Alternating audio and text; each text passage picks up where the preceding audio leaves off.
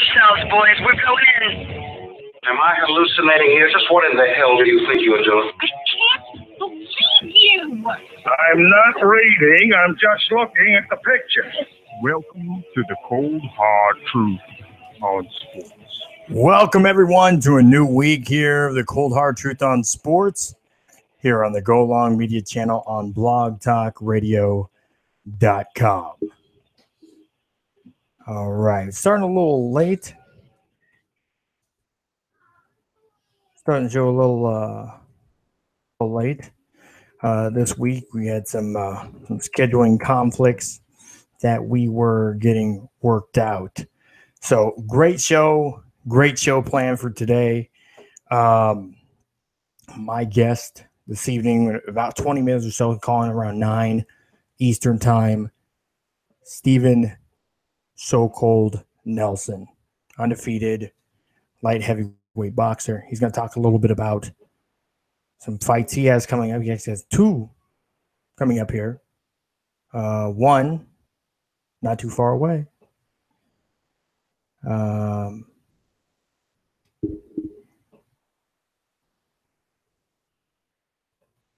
Not too far away. And then he'll have one shortly after. It's crazy. He's averaging like a fight every 5 weeks. 5 to 6 weeks he has a fight. He had 2 in the month of December. 8 fights all, 7 by knockout. He's just moving up. I think he's ranked like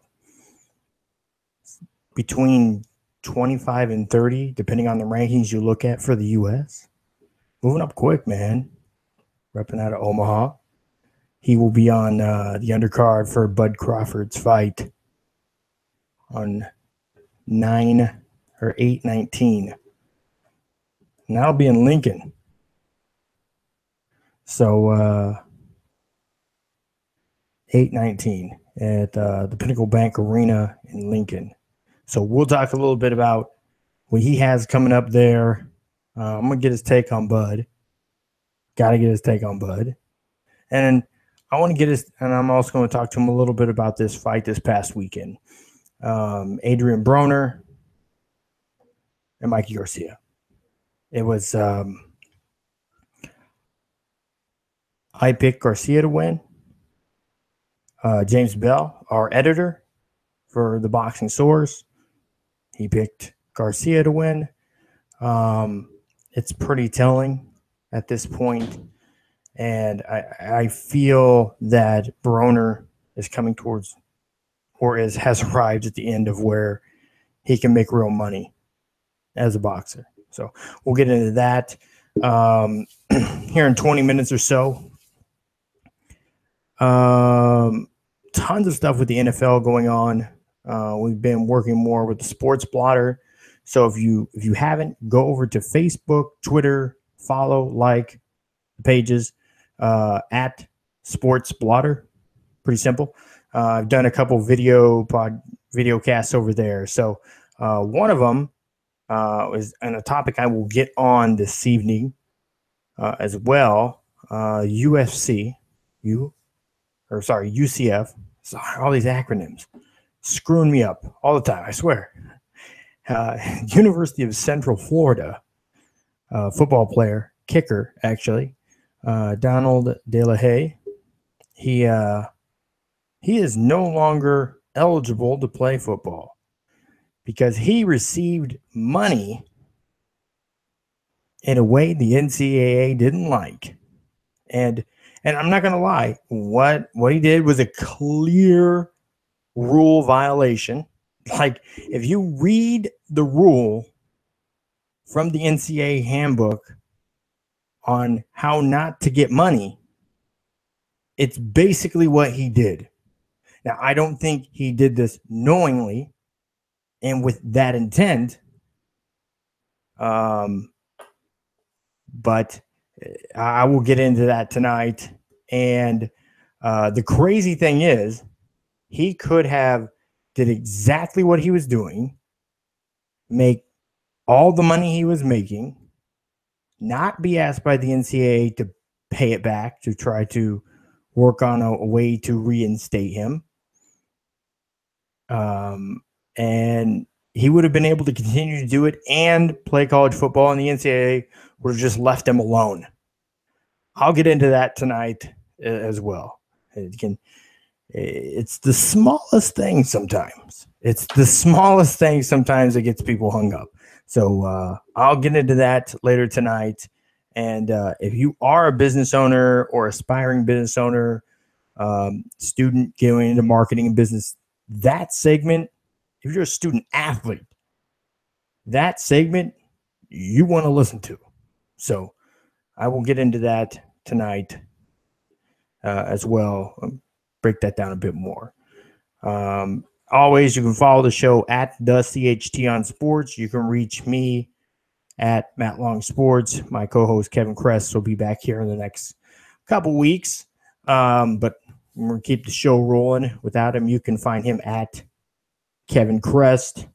And we have some more new things going on over there as well. So on top of that, there's more drama revolving around the Cavaliers. Seems to be like this every offseason. And I put together an article. And I've talked about the written articles on this. I've talked about this on the show for months. I've said for months that Kyrie will probably ask for a trade or be leaving Cleveland. And Cleveland has treated him like crap. They have not once followed through on anything that they have said as far as him being the guy. They said it, and then they got Griff, and he said it, and he wrapped up that contract by the beginning of June. Beginning of July. And Kyrie went off for the summer to do USA basketball. I mean, they had the first overall pick. They get Wiggins, looking up. They get him David Blatt, a coach, with a guy that values the point guard position. So Griff, a GM, that makes sense. A good GM. Then they get him a coach. That makes sense. We're going to get you a forward. That makes sense. And it seems like they gave him a brand new contract. 27.5% of the salary cap, which he qualified for 30, but he got 27.5. They worked in how they were going to make this team and build it around him, and he was the guy. The spotlight was on him for about 2 weeks. And 2 weeks later, the decision. LeBron James would be returning to the city of Cleveland, a town riddled by drunkenness and ironwork, a city who rarely has known of championships, the city of Cleveland. And LeBron came back because that's where he's from, Akron. He's from, which is basically Cleveland. All right? That's why he came back. The Cleveland Cavaliers have failed every single offseason in recent history to lure in a major free agent.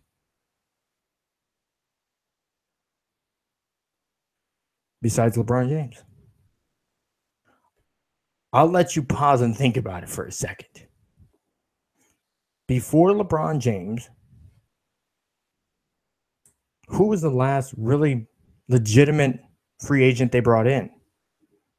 Sean Kemp, washed up.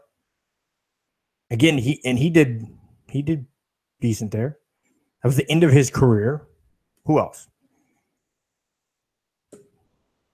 I'll wait. No, I won't wait because we'll just be here all night. Be dead silence. I don't know.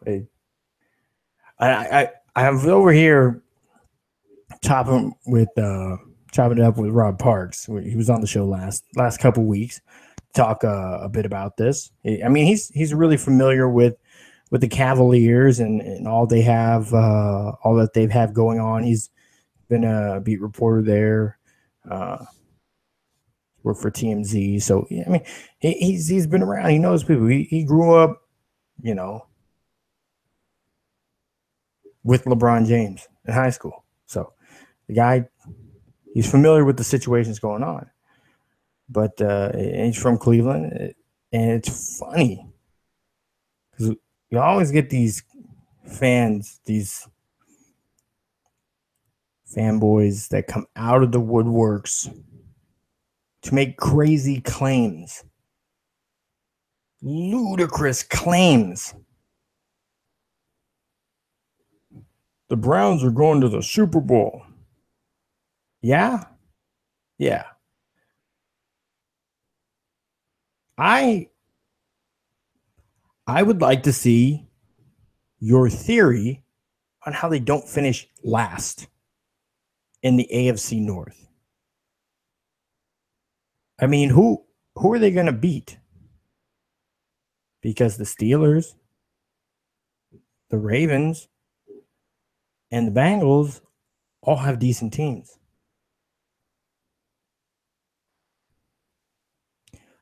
Tell me, who are they going to beat? To win the division is pretty much the only way I could see the Browns making it in the AFC. Because the West has quite a few teams that could definitely make the playoffs or be there, soak up the wild card. I mean, we can pretty much pencil in the Patriots winning their division. So when we say the Dolphins don't get again, the Dolphins have made some upgrades and they seem to be trending in the right direction. So is it the Dolphins that don't make the wild card in the AFC?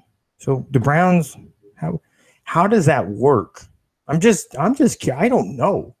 I can't make up a story at this moment, fantastic or not, of how the Browns don't end up last in the AFC North. You know, it would have to be a Disney movie for it to happen because it would be a miracle. That's the only way. It would have to be magical. Really, it would be.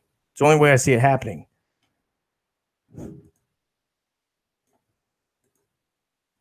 Homer obsessive disorder. Yep, that's what it's called. Homer obsessive disorder. HOD. You think your team that has been boo-boo for the longest, out of nowhere, is now going to be in the Super Bowl. You have HOD. Just saying. Just saying. I'm not killing your hopes. It's just not logical. It doesn't seem possible nor probable that sort of outcome would happen. And I'll tell you what, on predicting things, I've been very wrong. I didn't think the guy that is president would be president, and he is. But there's a big reason why. And the Browns couldn't do the same thing. The big reason why we see, for example, Donald Trump winning an election, right? For the same reasons that we seen David beat Goliath. You know, for the reasons that we've seen technology companies, Uber, Lyft, rise to the top. You know, it's because the rules that were understood in the game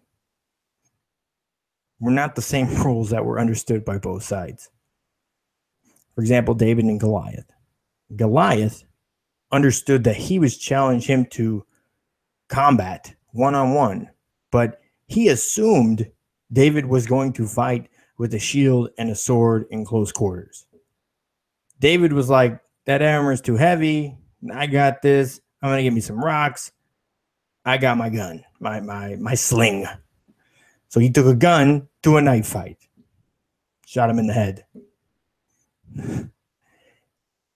People assumed David was the underdog because they were all assuming he was going to play by the same rules and do what was traditional, what was acceptable, what was the norm. He had no intention of playing by those rules. And because he didn't play by those rules, the unexpected happened. And we confuse who the underdog was. The underdog wasn't David. He was the favorite the whole time. We just didn't understand why. Goliath was the underdog. He was big, immobile, and all he could do is fight in close quarters. Now, there's some other theories that have gone way beyond that. Some sort of physical impairments, double vision, so on. I'm not going to get into all that, but we assumed that Goliath was the favorite because he was bigger and more intimidating. He looked the part. Unfortunately, he looked the part for what people thought the part was. Now, we see this in movies and acting, where they'll cast people for different roles. Like Disney's doing, they're recreating their animated movies with live actors, which is smart, and using CGI in some of them, like Jungle Book and whatnot. And some of the stories have kind of changed a bit as well. The newest one, from what I've been told, is Aladdin. That's coming out. And the guy that's been cast as a genie, who was Robin Williams, played the genie in the first and all the other. They used his voice in the voiceover for the other Aladdin movies. Will be Will Smith. I don't know. You go from a guy that's literally all over the map to a guy that's deliberate. And I mean, he acts well. He's a good actor. His comedy was okay. I mean, his music was okay. But he is not cut from the same cloth as Robin Williams. So a friend of mine was joking the other day, if they wanted to get, someone who was kind of a little bit more unhinged, why not get Kevin Hart? But I guess people are upset that Kevin Hart is getting all the roles these days, so they don't want Kevin Hart. So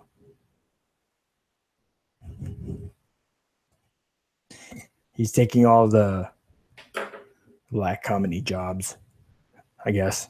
So Will Smith, from what I've understood, was casted as the genie in the upcoming film for Aladdin.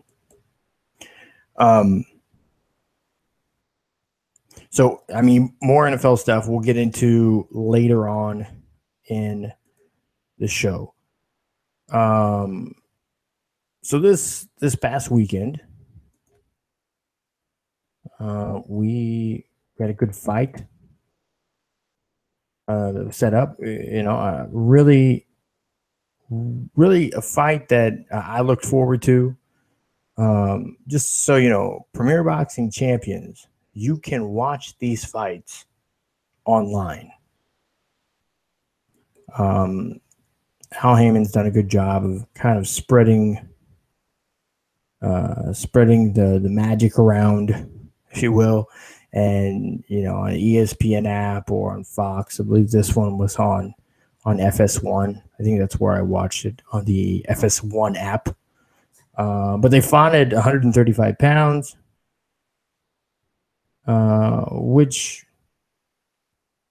I think they fought at 140 pounds. I'm sorry.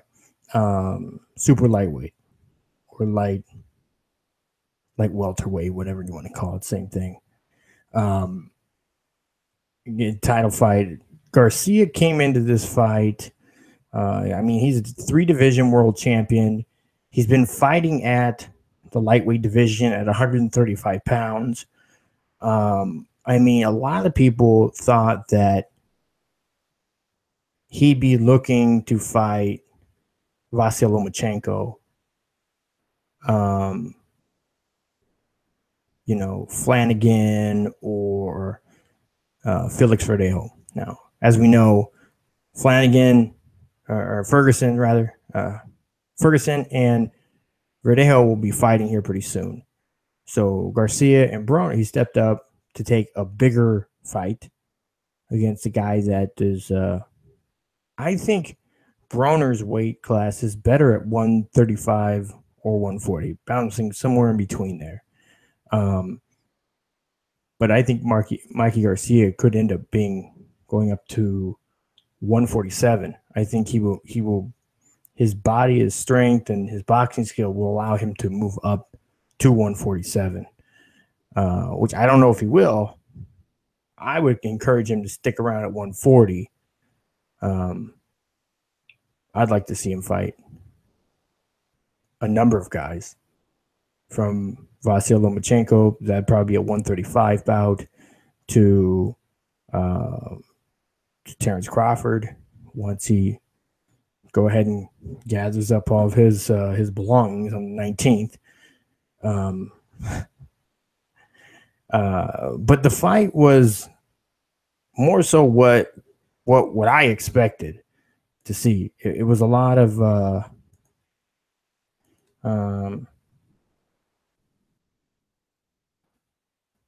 it was a lot of opportunity that Broner had that he missed out on. Missed opportunities and failure to execute is like what would be put on the tombstone of Broner's career.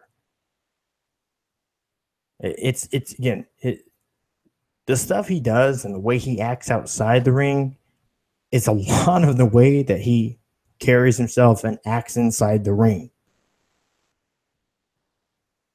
Inside the ring, he thinks he is and tries to act like he is more than he is.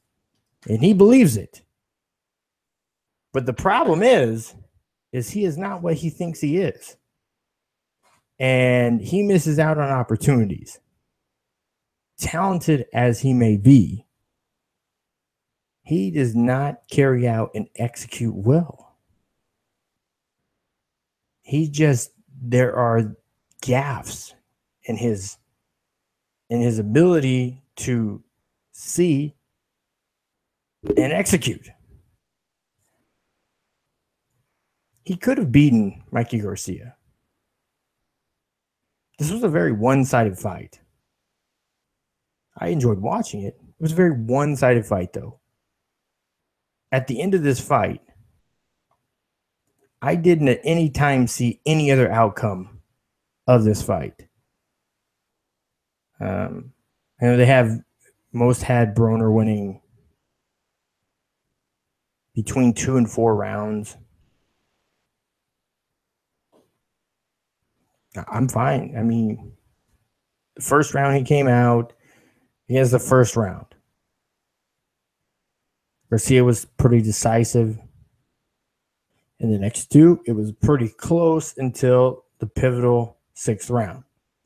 In the 6th round is where you see the top fighters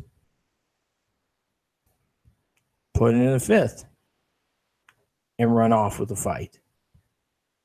And that's pretty much what happened after the 5th round. I know some people saw it closer. Broner won the 12th. They had him winning the 9th. But again, that late try to come back was too late. And it was, again, another of many foiled and missed opportunities for Adrian Broner. So what I'm going to do now, let me welcome on my esteemed guest for the evening. He's the undefeated light heavyweight, 8 professional fights so far. He'll have probably another 15 fights by the end of the month. Probably, I don't know, at his pace. Seems to be like that. Undefeated, 8 fights, 7 by way of knockout. I think people were holding him back in one fight, so he got a decision. He is the so-called Steven Nelson. How are you doing this evening, man?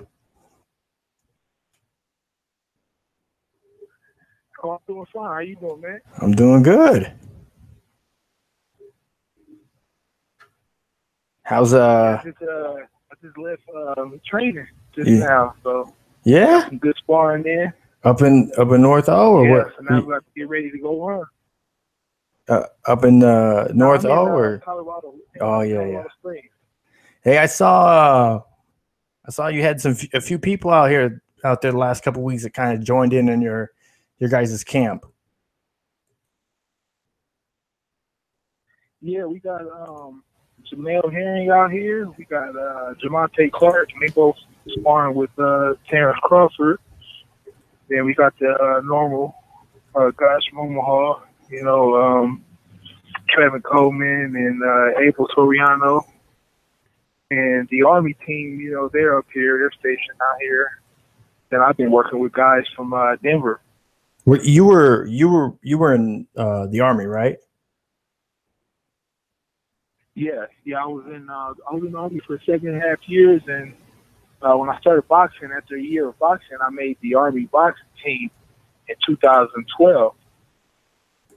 After I went to the Olympic reload, it's basically like the Olympic trials, and I placed second. With only 6, I had 6 fights going into the tournament, and I played silver. Got silver. That's amazing. Well, I want to say thank you for your service. My wife actually, she works at the VA here in Florida. She works. She's a clinical coordinator for PTSD and CPT. So, I know. The VA. Yeah. Yep. Good people. We've. I know she throughout her career in mental health. I've kind of talked to her about what might be the best way for her career to go, and she just found a couple years ago she found a real passion serving our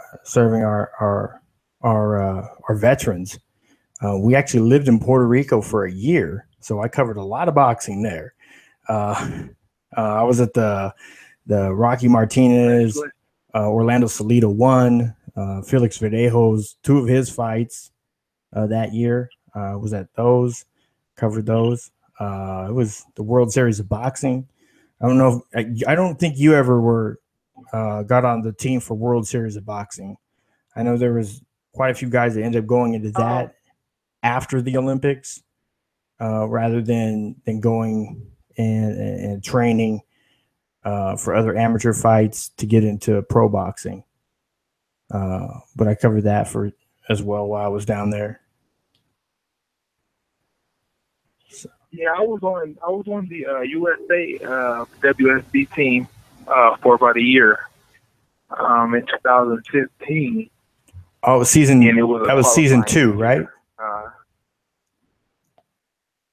No. This wasn't season 2. I think this was. This last one was like season 6. 5. Season 2. Yeah, 5 or 6. Yeah. Yeah, season 2 was, I believe, in 2012 or 2013. One of those years. But I think mine was season 5 or season 6. But it was a qualifying year. It was only the top 2 that got to qualify. So, I was pretty tough trying to qualify for Olympics and going to WSB. But I placed in the top 5. I know for my region, I placed 3 in my region, which is the Americas, which is always from Canada all the way down to South America. I was number 3. So that was a good accomplishment for me, which qualified me for the Continental Championships. How did you like the travel? Because I know that's the one thing with the World Series of Boxing, you get more international experience, whereas a lot of times in the amateurs you're stuck fighting within your country, or if you have trainers or a promoter that has a manager that has like connections in Puerto Rico or Mexico, then you might get someone there. But how was your experience being able to travel, like to Cuba, to Venezuela, to Mexico, and kind of? Yeah, it was a great experience when I think back to it. But honestly, during the time, like, we were fighting every 2 weeks. And when I say every 2 weeks, I mean we had to travel maybe 4 or 5 days before the fight. So I would go to Kazakhstan. Say it was this weekend I had a fight. I would go to Kazakhstan on Tuesday, Wednesday to get acclimated.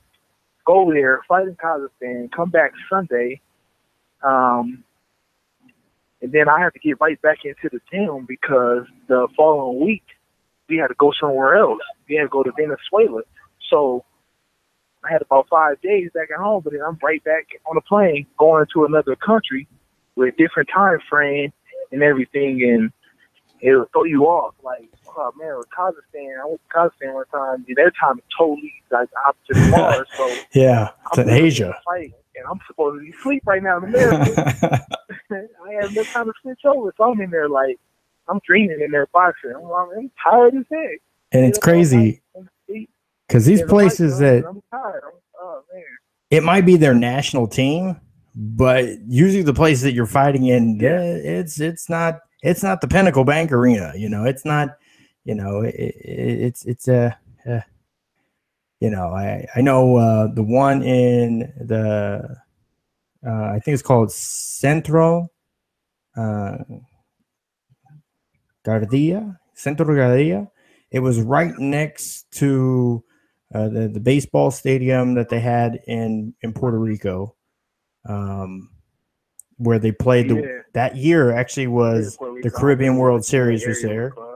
I met Aroldis Chapman. We sat next to me, and their basketball. They're huge into basketball. Puerto Ricans love basketball. I actually think that if they had their shit straight economically, they could support an NBA team in Puerto Rico. I adamantly believe that. Yeah, the Puerto Rico fans are strong, man, because I fought Puerto Rico, but they came to us. They came to our hometown was in Miami. Our home was in Florida, Miami, Florida. So they. Did you fight at the casino? And honestly, they had. Yeah, it was at the casino. It was owned by some Indian family, and we were in the casino fighting Puerto Rico, and they had more fans than we had. I'm like, you guys come out for their team. They had more fans. Welcome to South Florida. Like, why are they doing me? I'm at home. But people see and they be like, oh, you traveling, man? You can do this and go there. And they think it's like vacation, but this is work. It's work. I can't go to Miami or go to Venezuela and go out and have fun. We're there to fight. And people don't understand that we just don't go in the ring in this fight. You have to train, you have to think late, you gotta do so much to get ready for your fight.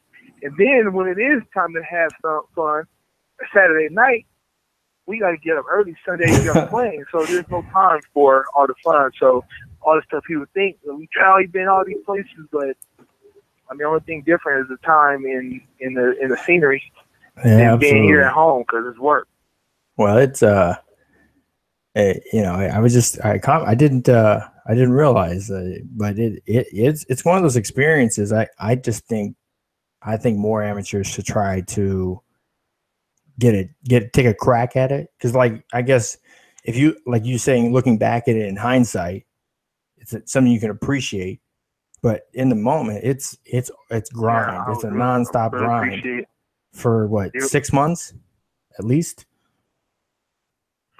Yeah, it was about 5-6 months, and I look back as I'm real appreciative of it, because I've been to, I counted last time, it was 18 different countries between boxing and the Army. Wow. Which more was from boxing, because the Army only been to about 3 places because of the Army, but the rest of the places was boxing all around the world. I think the only places I haven't hit is some countries in Africa and where else? I think the only continent I haven't been to is Africa, but I've been to Asia, a couple places in Asia, been in the Middle Eastern a couple times, or been in South America, been all over the map, Canada for the Pan American Games. Yeah. So the experience is there, and I'm blessed because not all amateurs and all fighters, even pros, haven't been to places I've been or seen the things that I've seen. It's been in WSB. Yeah, it's really amazing. I think some of the best guys. I just think boxing doesn't matter what it is. See, the World Series of Boxing has something that professional boxing doesn't have. It has a name, and the same fighters, and it has the ability to bring somebody to it. It's more tangible for a fan base, but it's, again, I don't think they've done enough to really market it to more so to boxing fans. And I guess if the U.S. really doesn't have a champion in it, then people in the U.S. aren't going to watch. And that's one thing I want to ask you. I'm going to get into that. As a U.S. heavyweight champion, I'm going to ask you about that. But before I do, I want to talk a little bit. You got 2 fights coming up. Is that right? So you have one on Bud's undercard coming up on 8/19, and then one to be announced. August 19th. So we're it's supposed to be back at home. The promoter is setting up the venue and everything and the date, but we're having a fight back at home in Omaha, Nebraska, with B&B Boxing. It's to be determined though. But the one August 19th, that's what I'm focused on right now. Because I'm climbing the ring and do what I do best. And one of the things I do best, that is boxing. I would say, and Brian's training you? Yeah, right now I'm in Colorado training with Brian McIntyre and Red Spikes and Saul Diego. See, I'm really pushing for Brian as trainer of the year. I've nominated him from my end everywhere that I can, but I know he's getting a lot of attention from people. I think I told Felix Verdejo that he should consider it. Definitely getting off the island, get back over to the mainland, so you can focus on boxing. His uncle's great guy, has done wondrous work with him, but I think it's gotten to that point where he's kind of plateaued. He's going to fight Flanagan coming up here. Exactly.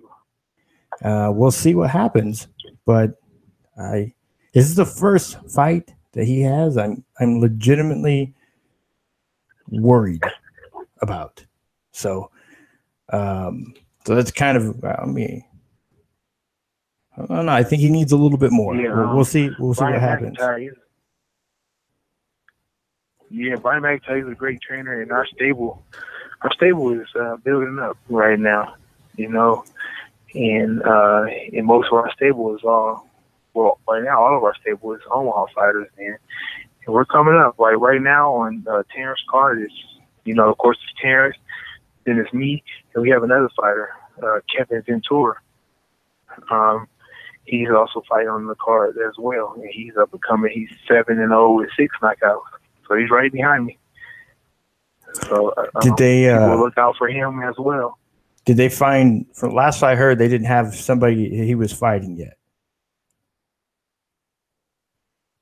Did they? Oh, for Kevin Ventura? Yeah. Yeah, I think he has an opponent. I don't know I don't know the opponent name, but I believe he has an opponent. We just signed contracts today, actually. Oh, that's awesome. I mean, and Shakur Stevenson, he's going to be fighting on there. Another Olympian. Yeah, he's fine. I see Dylan White from the UK is fighting on there. Yep. Now, across from Dylan White, again, and this is going to be my segue into heavyweight ranks.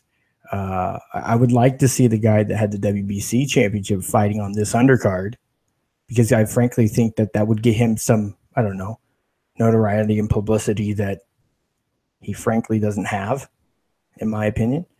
Outside of boxing, we did a poll a couple years ago. We work on doing a new one, but we polled people, sports fans, and asked them, who's Deontay Wilder? I had 5 options. Most people thought he was a football player. Clearly, that is prejudicial, obviously. They're assuming that I heard the name Wilder. I mean, he's probably a football player. Obviously, there was Wilder that went to FSU and went on to the NFL. His father also played here in Tampa. But, again, it's not the same guy. Tied for next was between boxer, professor, and police officer at 11 and 11.2%. So people thought he was just as likely to be a boxer as a police officer or a professor. Sports fans. So people just really had, and this is like a year after he's held the title. The first American boxer to hold a heavyweight title in a decade. And 11% of the people knew he was a boxer. I think there's a huge problem with that. Yeah, well, I believe that comes from marketing. And marketing, well, when I say marketing, I don't mean like having a marketing manager and being in commercials. So I'm talking about who you fight. Because who you fight determines who knows you as well.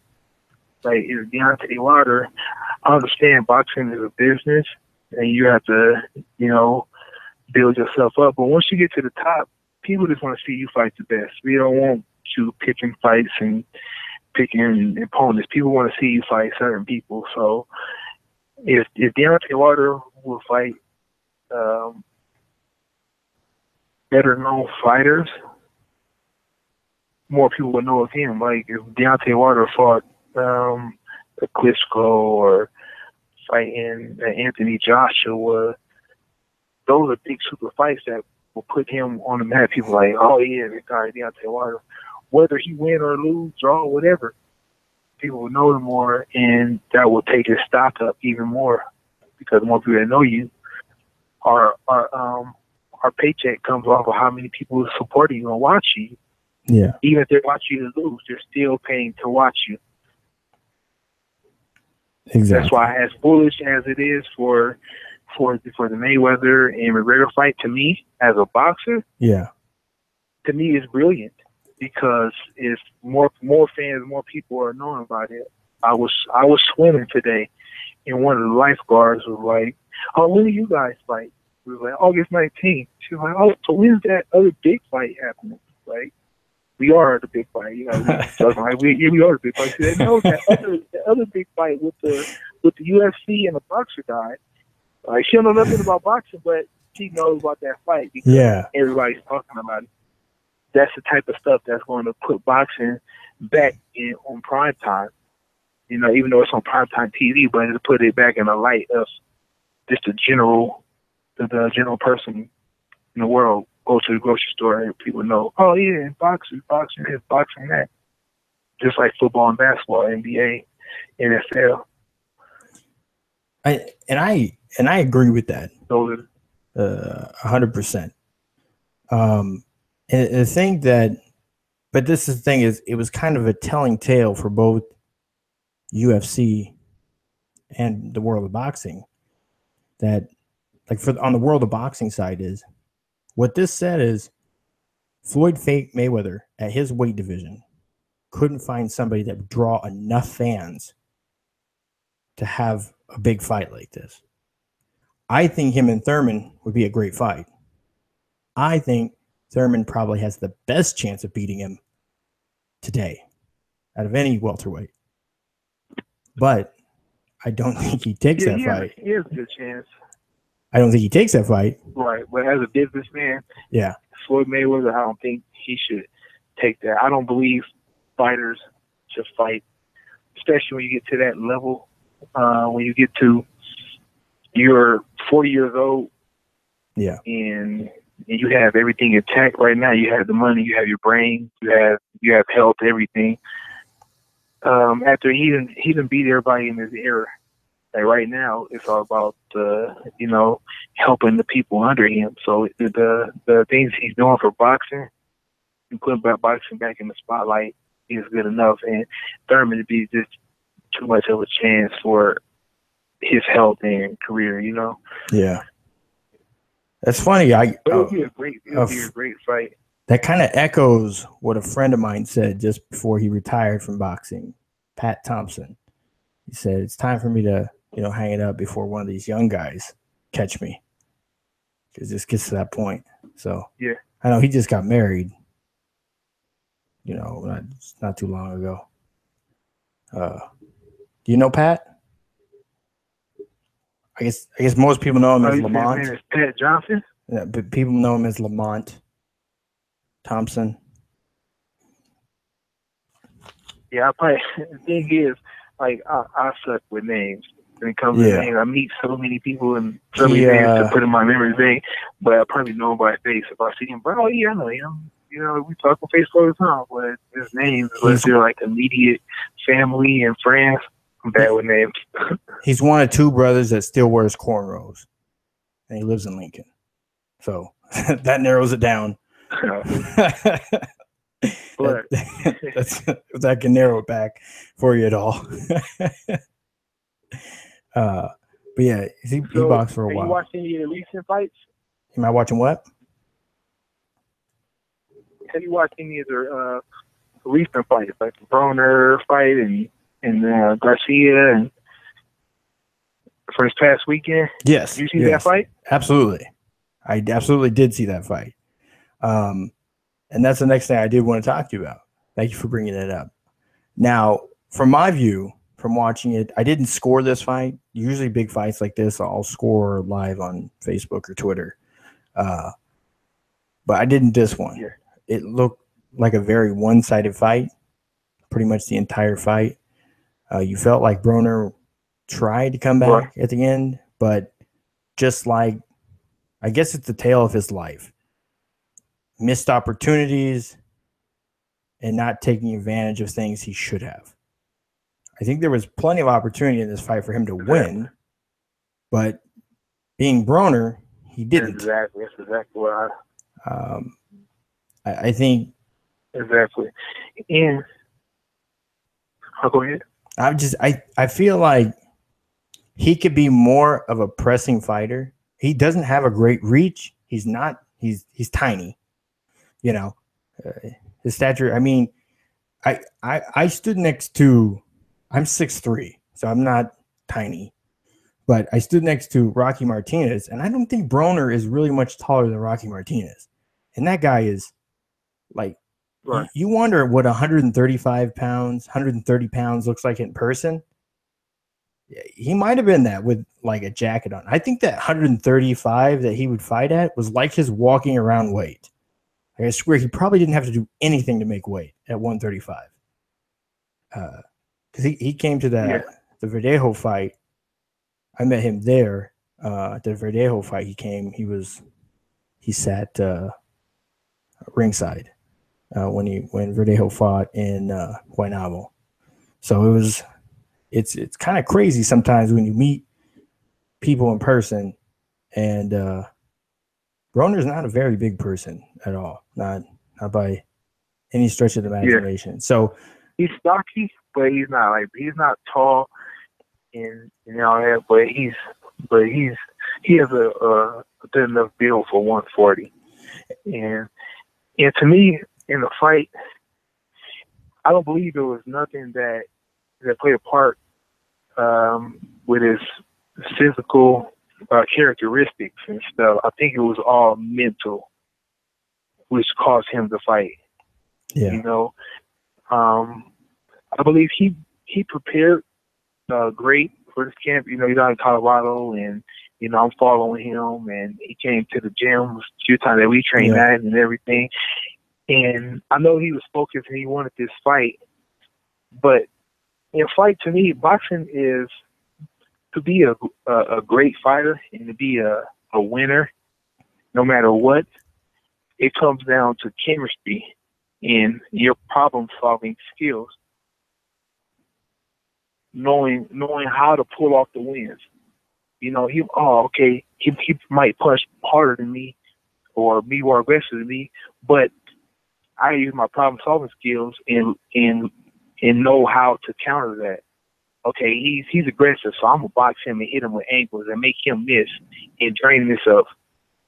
And that's where Broner got away from. He would do things that would be working for him and just stop for no reason. Like, if it's working, keep doing it.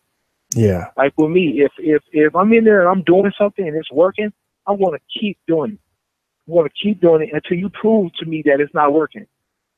Counter me, do something that's going to throw me off. Like, oh, okay, I got to change something because that ain't working. I felt Broner would do stuff like I felt like the combinations to the body and stuff, going with the jab. You know, the combinations to the body there on Garcia were like there all night. But other than all night pawn a little, I didn't see him take advantage. It seemed like he just wanted to focus on the head. That's it. Fight up top. Exactly. That's it. He was head hunting. And that's the thing is like, and this is one thing that I like about Vasyl Lomachenko. I'm not gonna lie, I watch him and I feel like it's watching art. I don't know. I have this man crush with watching him fight.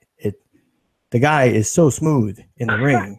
And when the last 5 fights, when the fighter literally says, I don't know where the punches were coming from, I couldn't see him or the punches. Like, he's literally like behind people. Like, they do a little, dodge to the left. And for some way, he's on the right side. And they're like, where'd he go? And then they're looking back. Oh, there he is. Oh, I just got punched in the face. Like, it's crazy. Like Sosa, I don't know, man. When your corner has, it's 3 fights in a row, the corners had to come out and stop the fight because they didn't see it going anywhere. It just gets to a point like this footwork. Like people are like, what is he doing? It's so crazy, but you analyze it's the way he moves his feet, how quick they are, and they go to an angle and punch from that angle. Exactly. And he does just analyzing what he's doing. He does soft punches, then comes and blasts him. Like people, it's like the technical side of what he does is that's what's so amazing seeing it. Like people normally don't see boxers trying to use a punch to bat a glove out of the way to go with the overhand right. You don't normally see that. You see them trying to find around it. He said, no, I'm going to move your hand. I'm going to punch you in the face. It's perplexing. Yeah, exactly. I did a lot of that in the amateurs. Our coach, my amateur coach, he used to call it a rake. Like you rake your hands down and come with a punch. Or you stiff the hands up, push your hands up, and go to the body. Like, that's all set up with punches, or you would throw away some punches just to blind them and put a pin in their face is called a blind. You just blind them, and then you come with a punch over the top that they don't see. Now, I've talked to that's all part about it. That's like chess. You play chess, you set up Yeah. certain stuff to go for the checkmate. Exactly. And I've talked to a few different boxers at different weight classes, from Zab Judah to, talking with like Rocky Martinez when I was in Puerto Rico.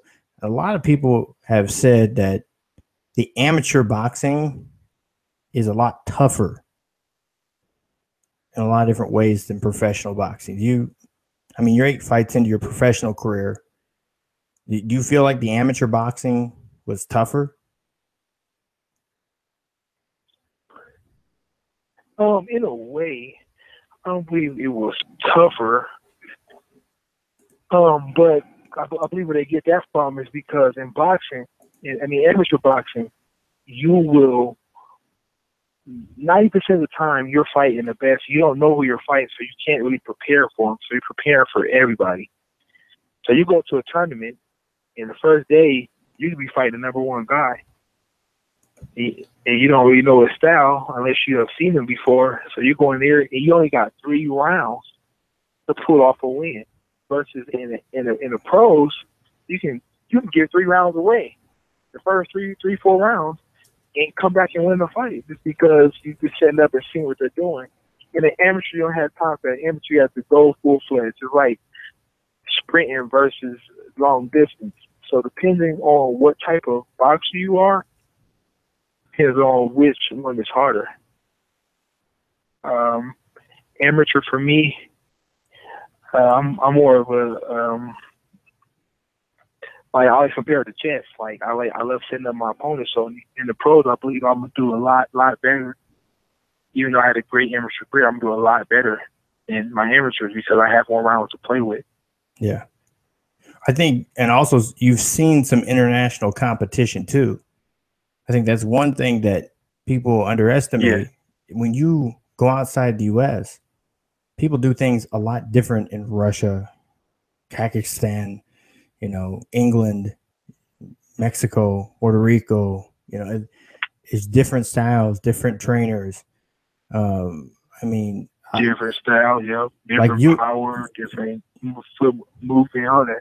You may see, like, I remember seeing on cards, you see like a Puerto Rican boxer, he's 19-1, and he's fighting against the Mexican boxer that's 9-11, and the Mexican boxer just mows him over. Mm-hmm. But a lot of it's the level of competition and the way he fights. One wants to fight outside and paw away, or the other one, he wants to block punches with his face and hit you. So, different styles make fights. But styles, a lot of times style makes fight, and a lot of times you'll get a guy that's 19-0, but they've fought guys that cater to their style. So they can fight a guy that's 5-20, but his style is awkward to them, or he never seen it. That's one good thing about having the international amateurs experience, because I've seen all different types of styles and can adjust to them. And fought some. And every time you go international, you're not just fighting somebody from Puerto Rico or somebody from Europe or somebody from Asia or China or whatever. Yeah. You're fighting the best from those countries. So you're seeing the best of their amateurs. Mm-hmm. I go back to you only got 3 rounds to do it, but in the WSB we have 5 rounds, but you only have a few rounds to get the job done. Yeah, it's not you can't really take that first round off to feel each other out. You kind of got to go for what you know. Hopefully that you have some sort of scouting report on them, and getting amateurs, you don't have a whole lot of that either. Amateur boxing isn't so widely covered the way that professional boxing is. And the good thing, is like the World Series of Boxing, you can go back and watch everybody's fight. on demand from your phone or whatever. Yes. But there's not a ton of scouting on the fighter. You don't know, again, the guy that you think you're going to fight might fight to a draw or end up losing, and now you're fighting somebody completely different because he lost because of the point structure. And maybe you don't even fight that week. Exactly. Maybe you're fighting somebody completely different. Maybe you're fighting somebody that week where you were preparing to fight somebody that had one loss, and now you end up fighting somebody in their debut. They might throw them out there because maybe they don't want that guy fighting, or he was sick, or he lost. So there's not like it's a lot more like baseball with the pitcher and the batter. I mean, you think you know who's going to be throwing you the ball, pitching to you, but you never know because they can change that. And if they change it on you, you don't have a whole lot to go off, especially if it's a guy in his debut. I've seen that more than one time. I know in Puerto Rico they struggle finding heavyweights and light heavyweights. So like those guys were usually from either from the U.S. They come down here, or like the U.S. Virgin Islands or something like that, and they would fight for Puerto Rico if they weren't on the U.S. team. So that's one of the benefits of the U.S. The U.S. kind of has two teams. If you don't make the U.S. team, you could go join the Puerto Rican team, or vice versa. So that's one of the advantages. A lot of guys would do that for the Olympics. You will see guys, they lose the Olympic trials, and then they go to their native country, Honduras, Mexico, Puerto Rico, and go down there and qualify and maybe fight in the Olympics for their native country. There's a few guys on the last team that did that. Yeah, it's I mean, so that's a good thing about being American, and having a home native country that your family is from, because you can actually have multiple chances to qualify for the Olympics or fight international for a different country. A silver lining. Now, I want to ask you this. Again, if you say Terrence, that's fine. But who do you see right now as the pound for pound best fighter in the world?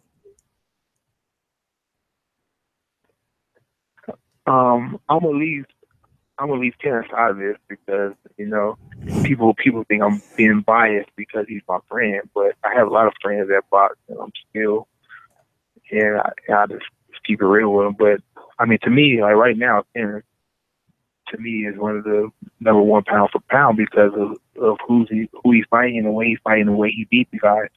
But other than him, of course, I would have to go with Andre Ward. Andre Ward cleaned out a weight class, 168, super middleweight, and he fought everybody. He fought the best of the best, and the reason why is because he was in the Super 6 tournament, and that tournament he fought the best.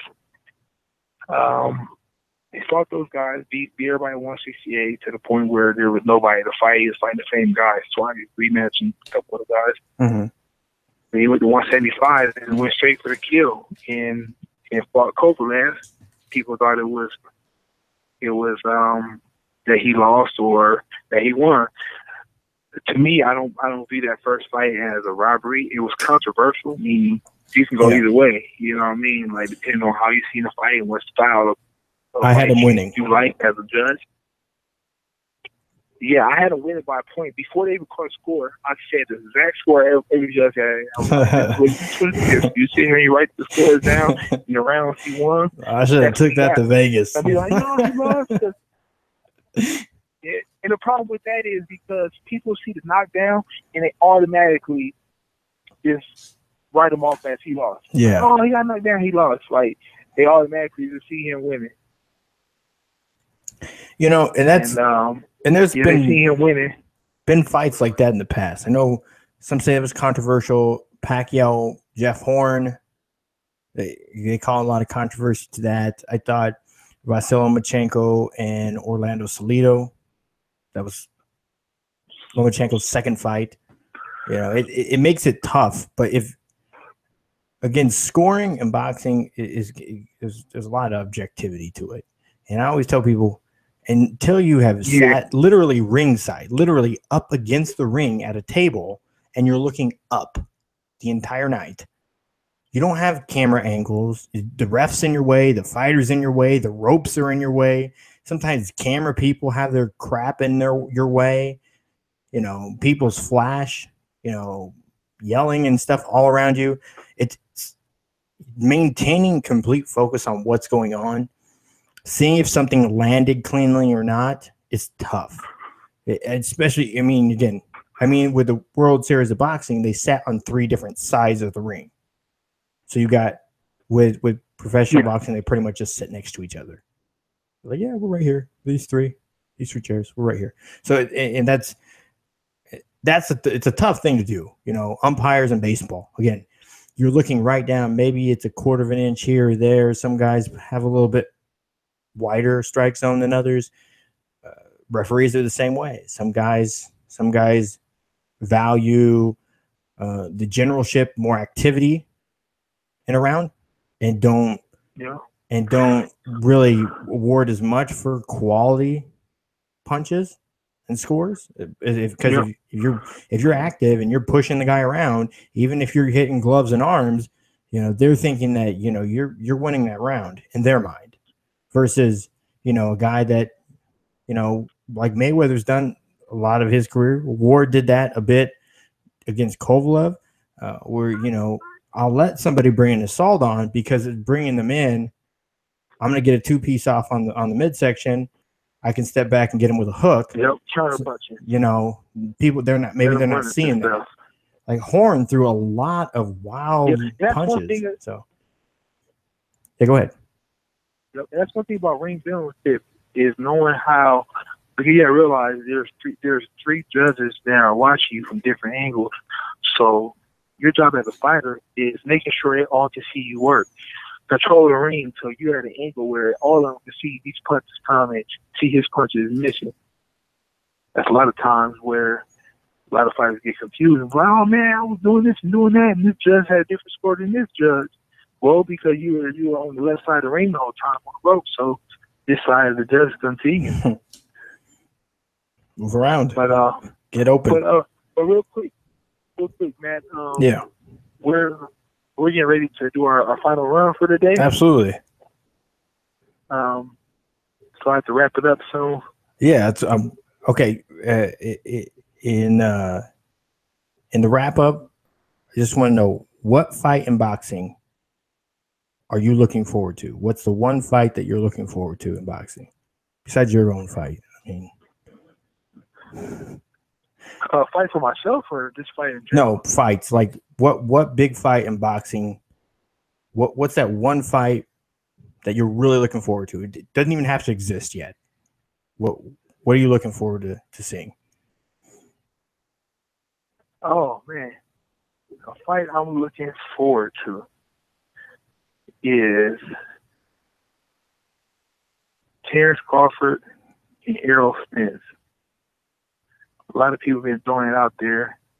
Before it was Terrence Crawford and Adrian Broner, but I don't think the interest of that fight is that high anymore. But Errol Spence and Terrence Crawford at 147, that's a big fight I'm looking forward to that don't exist. A fight that's existing. You want my prediction? Too is the Triple G in Canelo. That's a fight that's already in the works that I'm looking forward to. That's going to be a fun fight. I would have Errol Spence and Bud. I have Bud winning in the 8th round by knockout.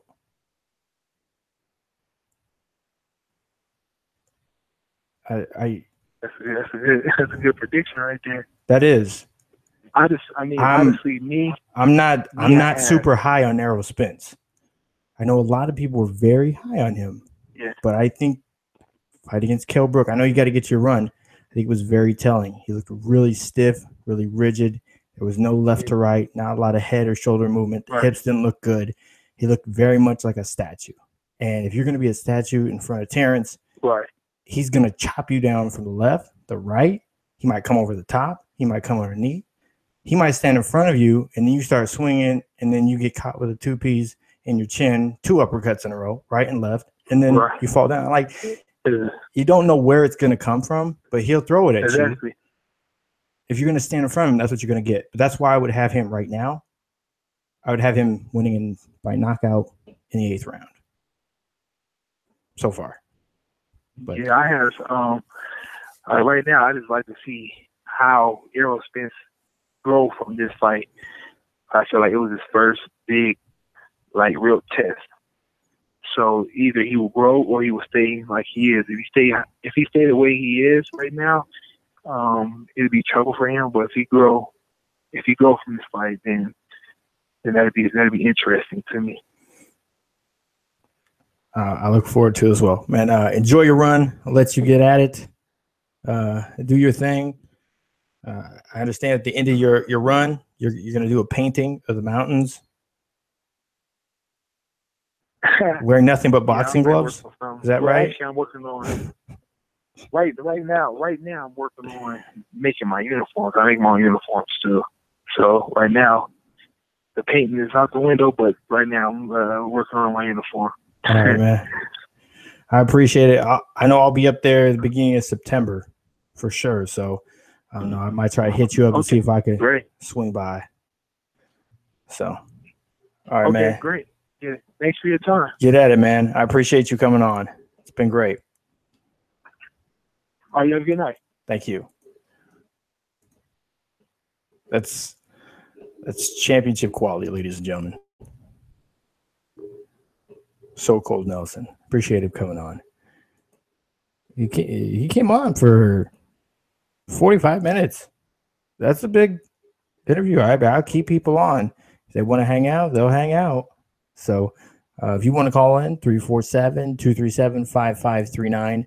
So now for sports fans, the reason why I do this, I bring boxers on, I bring the fighters on, the MMA guys on, is because I want to have a conversation with them so you can kind of hear a bit more of the sport. Boxing is one of those sports that for whatever reason is kind of abstract for fans. And you heard it. I mean, they were out. I mean, they are 18 days. They're 18 days away from a big fight, one of the biggest fights coming up. Terrence legitimately basically will have, if he wins this fight, he will have basically every belt at the super lightweight division, at the 140-pound weight division. He basically would have every belt. I don't think people appreciate that. And those of you who are casual sports fans, I know some people have trouble listening to boxing, but this is why I want to bring people in and have conversations. Yeah, we talked a little shop, but I want to get out and kind of talk more about things that he's experienced in life. I mean, the guy, 7 years in the military, he's tough as nails. And Jamal Herring, too, another tough guy. He was out there in Colorado Springs in that thin air, training it up, too. I saw Broner was out there with him, too. Colorado Springs has been kind of this little training mecca, which is amazing. And I think Steven is a wonderful, wonderful prospect boxer. I mean, he's at a very grueling pace, and it makes sense. I didn't remember him being in the World Series of Boxing, but now that he's talking about it, I'm gonna go back and check out some more. I didn't see it again because, again, one thing that a lot of the breakdowns for fighters, their amateur career isn't really so evident, you know. With boxing, it's more important than it is with a lot of other sports to see what the boxing pedigree is, where did they fight, who did they fight. The World Series of boxing is fun to watch. I'm just telling you, it's fun to watch. Should be kicking up here. I'm gonna just pull it up. I'll pull it up here real quick. We got 30. Much longer we got till the overtime segment? About 35 seconds. Less than a minute. Or 30. Are you sure it's seconds? Not sure. Not sure how. Could be that. I mean, my clock shows 10. So you mean half hour? 35 minutes? Yeah, 35 minutes. Yeah. All right. So 35 minutes left in the show. If you want to call in 347-237-5539, 347-237-5539. A lot of show to get into. Let me pull up here for the World Series of Boxing. Just so I can get kind of give you guys an idea of when it will be starting.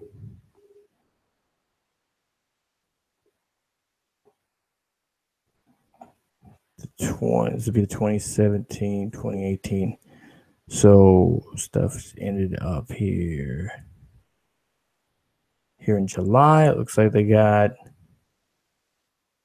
the semifinals are just, so it's just ending now, actually. Semifinals, it's just ending now in July. So it will check the schedule.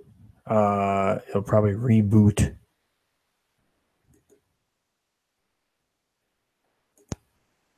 here towards the end of the year, because I was covering it in March and April, which was already halfway through the season. Yeah, it's not giving me a whole lot. It looks like June 30th to July 1st was the finals. So the playoffs were set. Looks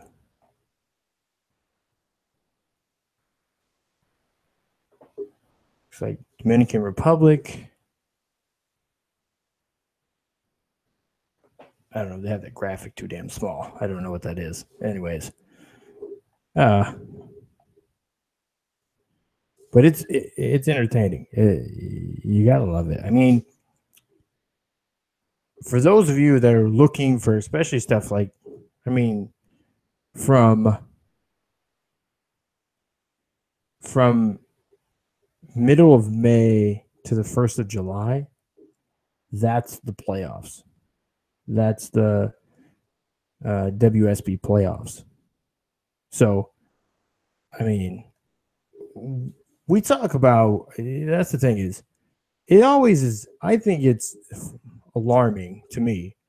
If you're in the sports industry and right after the NBA draft is done, or the finals, you know, and then you have the draft basically like the next week, and then you say, oh, until football season, there's really nothing other than baseball. There's nothing to talk about. This is where you see all these, who's the greatest quarterback of all time? Do we put this guy in the list of greatest quarterbacks? Who makes the Hall of Fame? Is he a Hall of Famer? I don't know. Maybe. I think he's kind of a Hall of Famer. Listen, debating about who's a Hall of Famer or not is fun to do with friends in a chat room. Some people will call into that and listen to it. But for the most part, it's not really talking about sports. And I feel like it's almost a disservice to sports that just because football or basketball is not on, that you feel like you can't talk about other sports. I think the sports media needs to step up and do a better job. Mix in MMA. If you're talking about hockey, you need to be talking about MMA. You have the same damn demographic. If you're talking baseball, you better be talking boxing because you have the same damn demographic. Like, people missing out on these things. Now, a lot of people watch the Pacquiao Horn fight and were upset or were a bit taken back by it. Oh, it's rigged. No, listen, it's not about rigged, fixed, whatever. Okay, a Major League Baseball umpire, a referee in the NFL, judges in boxing. These are tough jobs. And people have to do these things for years and years and years to get to the professional level. And they're not getting it right all the time. We wouldn't expect it. But the beautiful thing about sports is we have a human element. And that's what makes it the emotional connection to it. You know, if we have a machine, we have machines, we have software that could call balls and strikes.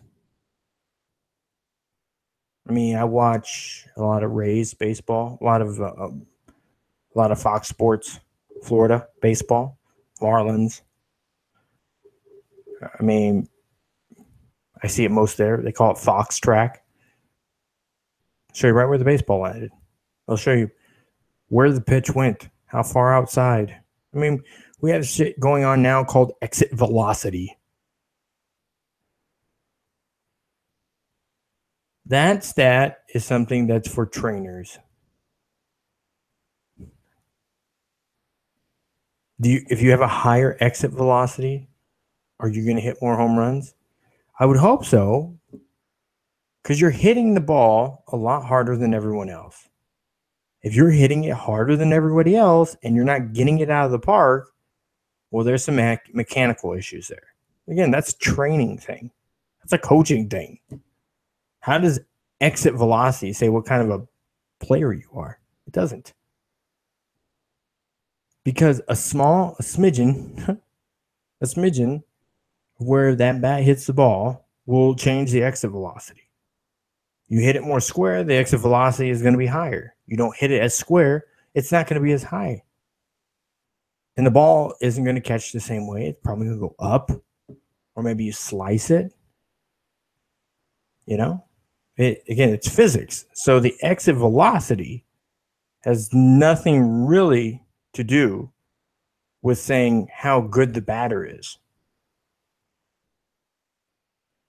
It may have correlations to the probability of that particular ball being a home run or not. But truly, if we're just talking about physics, exit velocity has nothing to do with how good a hitter is. It's a fun thing to talk about, you know? It's like RPMs. Yeah, your car may run at a higher RPM. Doesn't mean you win the race. It may increase your probability, but it doesn't mean you will win. Exit velocity should increase the probability it's a home run. Doesn't mean it is.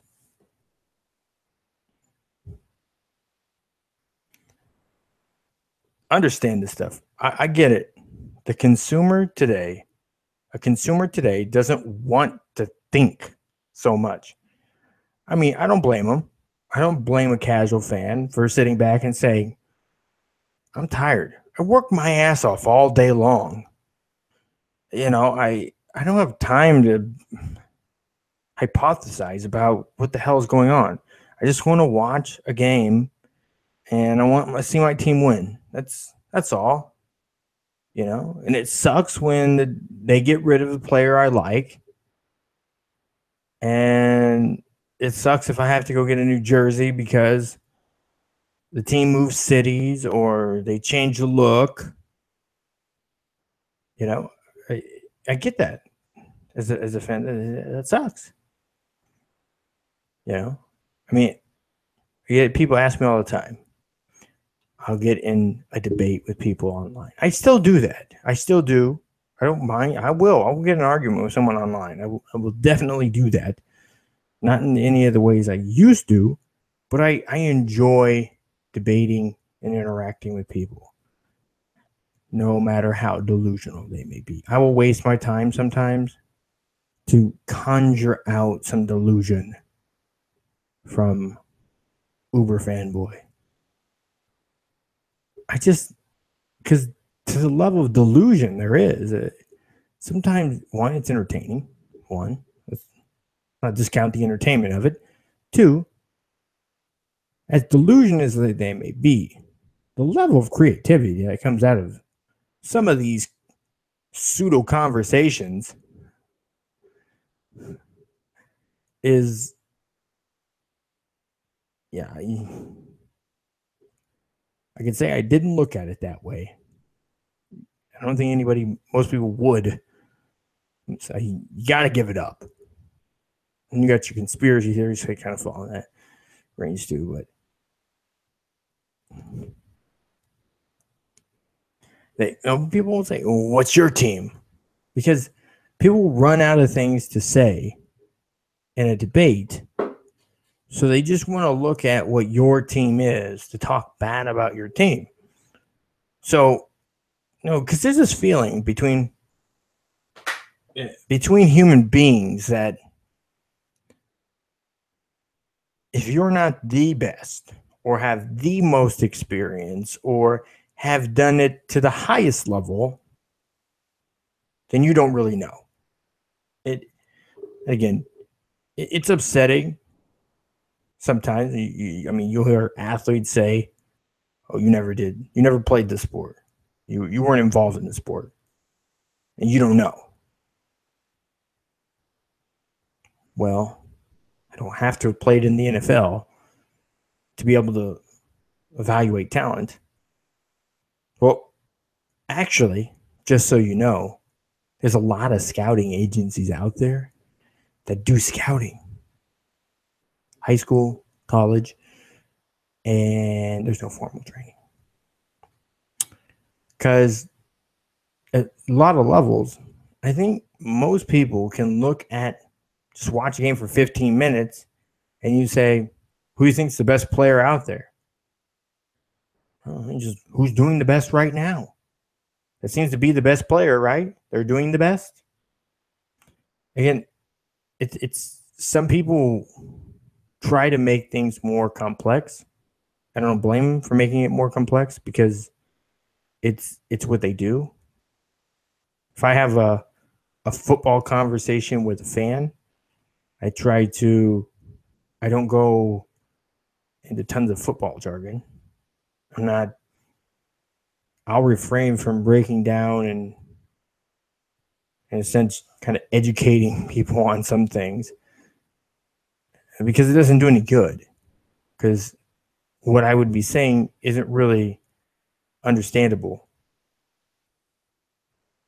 To explain how their talent works and why this is a good fit for this scheme doesn't really matter because they don't understand it. And taking time to explain it, most people don't want to hear explanation. Because if you get an explanation and you're debating, it's an excuse. I don't want to hear your excuse. Or if they don't want to call it excuse, now you're preaching. You're preaching at them. Then I don't want to be lectured. They don't like that. So it doesn't make sense to do that. Dale Carnegie said, what good does it do to criticize somebody and tell them they did something wrong? They're upset because they did something wrong. Most people don't want to admit it. So now they're mad at you for pointing out what they did wrong. So they're mad at you. So what did you benefit from criticizing them and telling them they did something wrong? Most people don't. I'm in a unique situation where all I do is talk about opinions and things that happen. And my understanding or my critique, I guess, on guys that are professionals. They do this stuff for a living, you know? Like Steven doesn't need to hear that I think he's great. And I think experiences he has setting him up well for a very prosperous future in his profession. I mean, this guy could probably stop tomorrow and paint and sell paintings, make a living off being an artist, or making money off designing.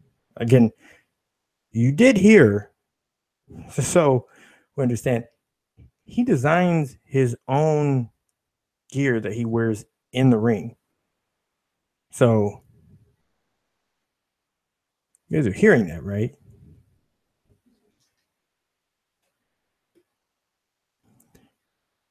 I mean, a lot of people see a guy that's going up there punching and getting punched. People are more than that. And that's what the cold hard truth is all about. It's not just about right or wrong. There's more to it, you know. People, what is it, your truth? You think you're the truth? I don't think I'm the truth. I think I have what I know to be the truth. But you may have something you see as the truth for you, from your point of view. Maybe I think it's completely ludicrous, but that's your truth, right? Those are the lenses of life that you look through. That's the only thing you can see to be true, because that's your experience.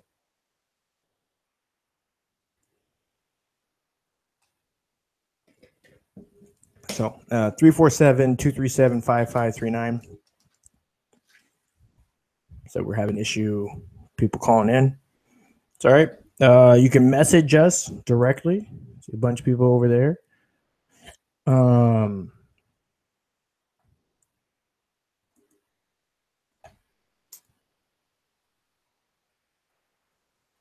just looking through some of the now. You can message me directly. Sorry about that. You can message me directly. Facebook works the best.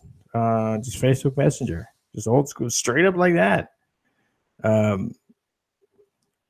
At Matt Long Sports, or you can head on over to the CHT on Sports on Facebook as well. YouTube, I'm over there now. You can leave comments in the comments section. I am live on the CHT on Sports YouTube. The YouTube Matt Long Sports will have this full show, audio version only, available on YouTube afterwards. Also on SoundCloud, to name a couple of the places you'll be able to get the show. So, all right. And so I'm going to move on here to a little of what I was talking about earlier. Yes, I do have a video cast over on Sports Blotter. It's at Sports Blotter is the handle over there. Jesus, I have 300 friend requests on Facebook. Guess I gotta go through that, don't I? Anyways, it's a lot. I don't have time for that. Sorry, Facebook people that have invited me to be your friend. All 300 of you, I will eventually get to that one day. Just send me messages over there. If you friend request me, I may not accept it. Not because I don't want to. It's because there's a lot of them there, and I don't have time to go through all of them. I will. So after the show, yeah, I see that. After the show, Freddie Freeman, Freddie and Fritz. I will listen to Freddie and Fritz. Well, their show starts here pretty soon. I'll be listening to Freddie Fritz after the show tonight. I got an article I'm putting together, so got stuff to do. So the NCAA has ruled Donald De La Haye ineligible.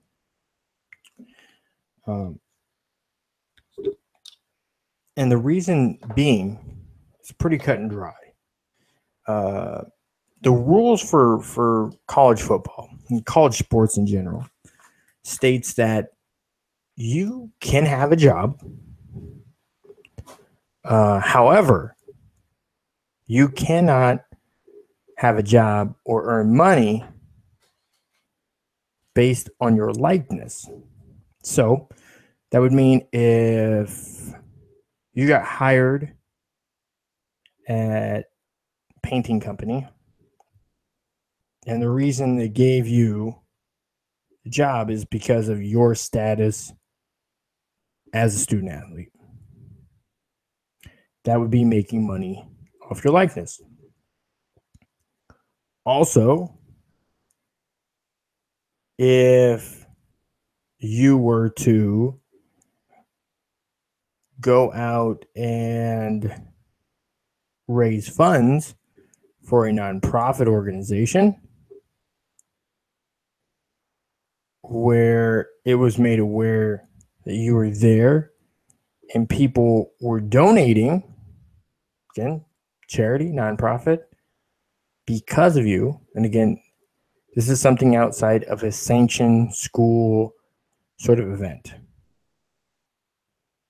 There are events through the school, as many professional teams have, whereas if you have a charitable function or something of that nature and you want to request the presence of athletes or cheerleaders, whatnot, coaching staff, you can put in a request to the athletic department or to the school, and through approval of that will allow for the student to represent that institution at such event to where it's in the confines of the National Collegiate Athletic Association rules. But if it's not sanctioned by the school or approved by the school or the NCAA, that would also be a violation of someone or you profiting from your likeness. Now, another way is if, for example, you watching on YouTube, please subscribe. Thank you. Those of you not on YouTube, go over to Matt Long Sports and the CHTN Sports and subscribe. Again, thank you. Subscribing to my channel and watching my videos, the show, or if I do some amazing stuff like Donald De La Haye, he's a kicker for the University of Central Florida. I remember watching a couple months back. I think it was a video of him kicking the ball, kind of a dude perfect sort of thing. Kicks the ball through the window of the parking garage, like the stairs on the parking garage. He kicked it through the window. That's talented. So that's entertaining too. So him having a YouTube video, there's no problem with that. And that YouTube video could be his name. And there's no problem with that. He can tweet about it. He can Snapchat about it. He can do, I mean, a lot of people Snapchat. Snap about everything. There's no problem with that. He can market that to his heart's desire until he monetizes it. With YouTube and soon with Facebook, the stuff you do creating content, you can monetize. And essentially, you will earn ad revenue from Google and soon Facebook for them running ads over your content or during your content. And they're paying you for that advertising space. Obviously, if you have more views, whatever they're marketing or whoever they're marketing for is going to get more views too. It's kind of the way it works. There is some crummy, shady kind of stuff that goes on. Again, Facebook doesn't have it yet. And I'm not going to get too deep into the Google situation. But essentially, you can make a little bit of money. So kind of an average, 1 million views, 1 million views equals approximately $100,000. Again, now you can see how viral videos make money. If you can make 6 figures on one video, getting 1 million plus likes, now you see why people want to do it. That's if it's monetized. If you haven't went through the process of setting up monetization, verifying your bank account information, and abiding by their rules, you don't get paid. Your video will go viral, and just a bunch of people is going to see it. That's all. And maybe say, hey, that was cool. Did you make money? No, I didn't. Should have monetized it. So the problem was he monetized the site that had his name. He was the star attraction. And his name was there. Now, if De La Haye would have had the same YouTube channel and just named it something different and didn't make his name known and didn't make his likeness evident, and he monetized it, he would not be violating the NCAA rules. Now, here's where I say his issue was a structural issue. From a business side, if he would have set up an LLC, a limited liability corporation, and ran all the YouTube money to there. Again, just set that up, go through Nevada. Best way to do it, to have a strong corporate veil, to keep your name out of their mouth. So you'll have a veil, and you can have it to where who the owner is blind.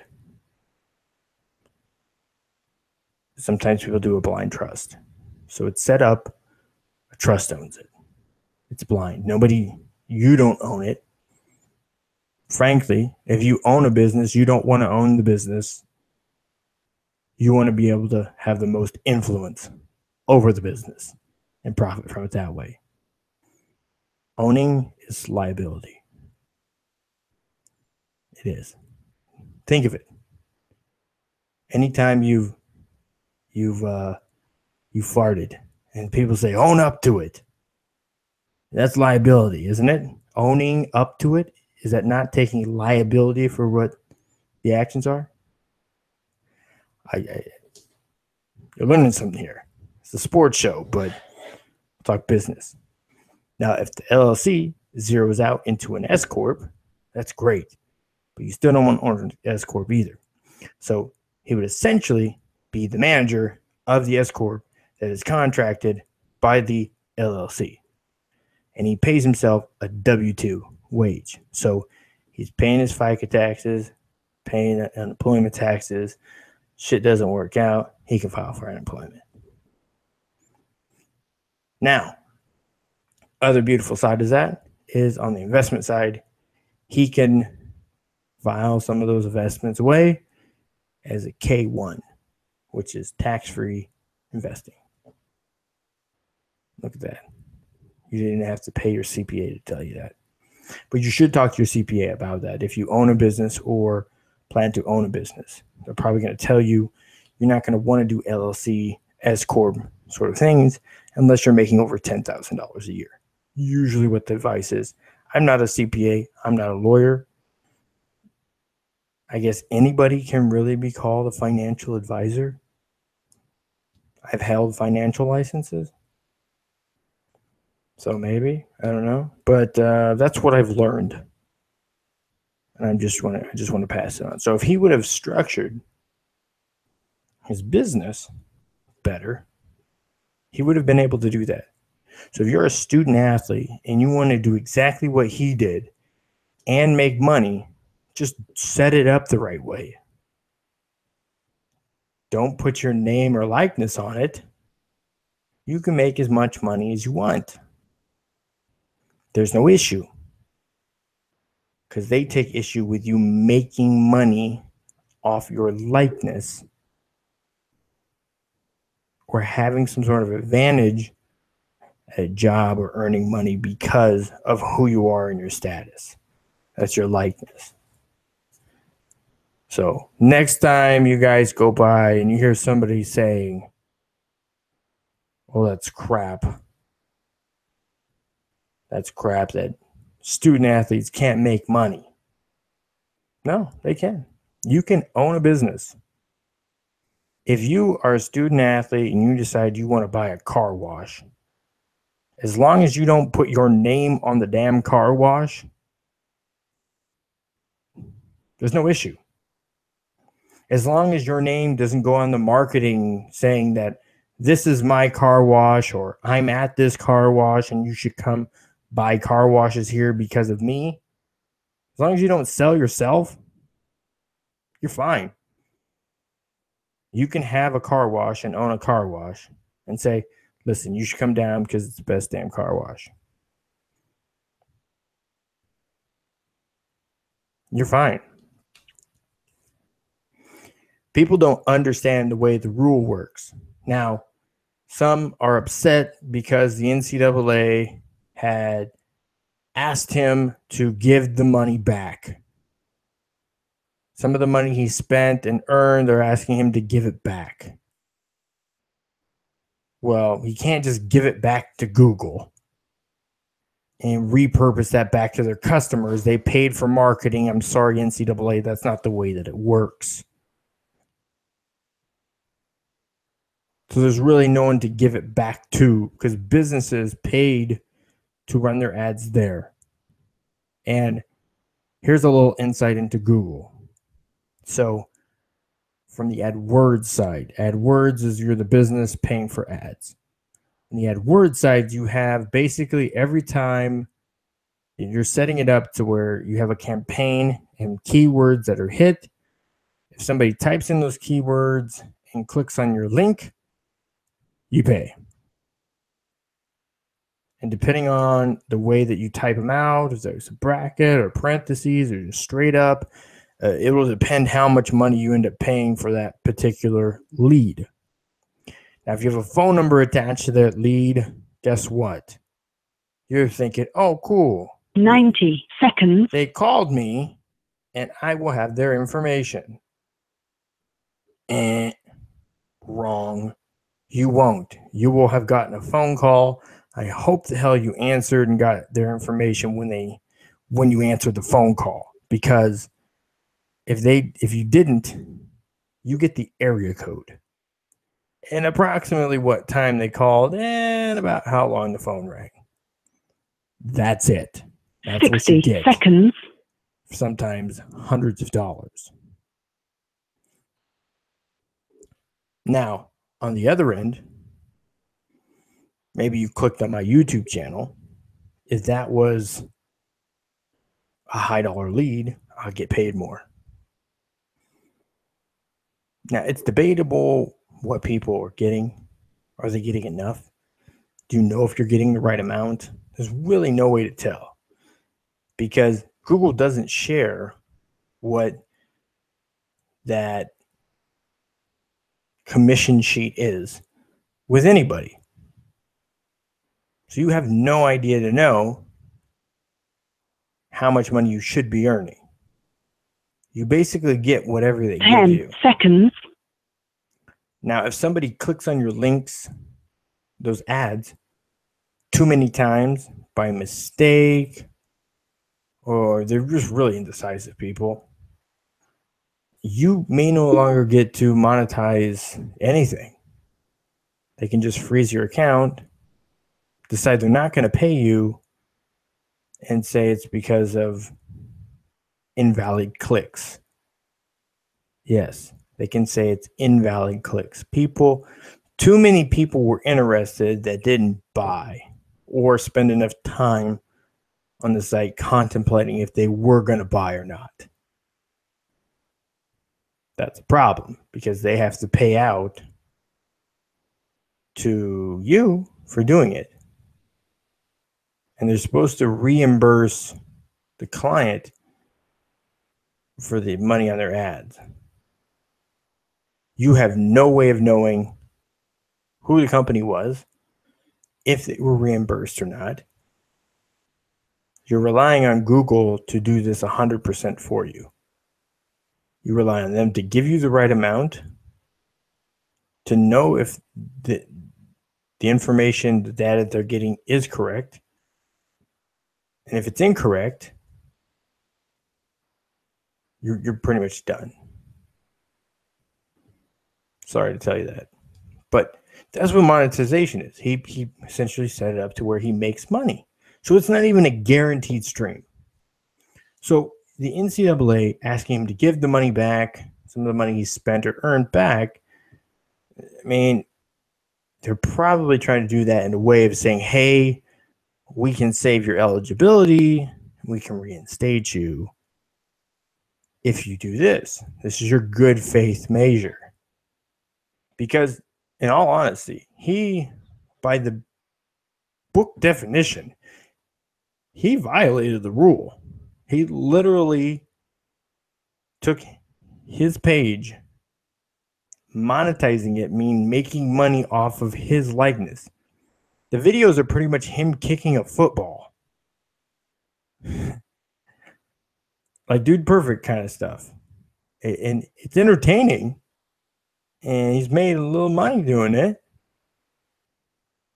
And that's kind of where his major is. But it's not perfect. It's not going to always be there. It's not guaranteed. So hopefully it always is. Hopefully they rally behind him. Hopefully people rally behind him. I hope people go to his YouTube page. I don't have the handle here. I got pull up his Twitter handle. Do you have that there? Can you send it over to me?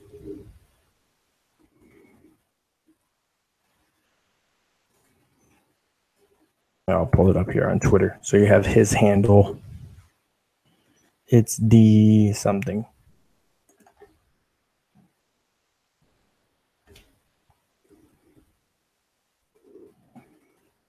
I'll get it for you. Bear with me for a moment. I've tweeted at him, so I'll find it. I'm pulling it up here now. But at Matt Long Sports is my handle. The show is at the CHT on Sports. It's D something.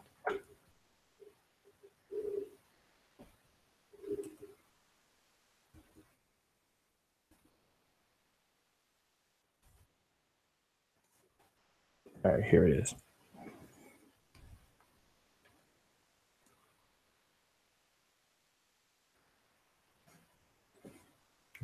Destroying, spelled DEESTROYING.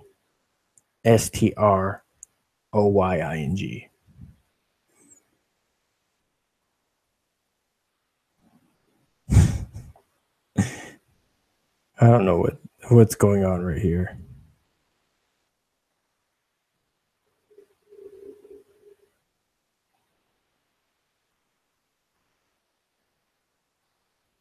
And it looks like he has a college tuition GoFundMe page.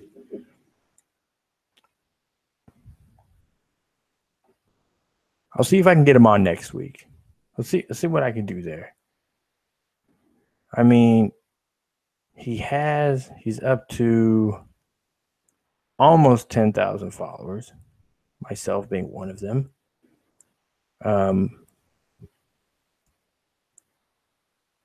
And I know TMZ reached out to him today as well, one of their producers.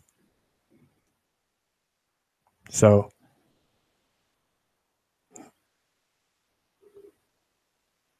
I think his GoFundMe page will reach some people.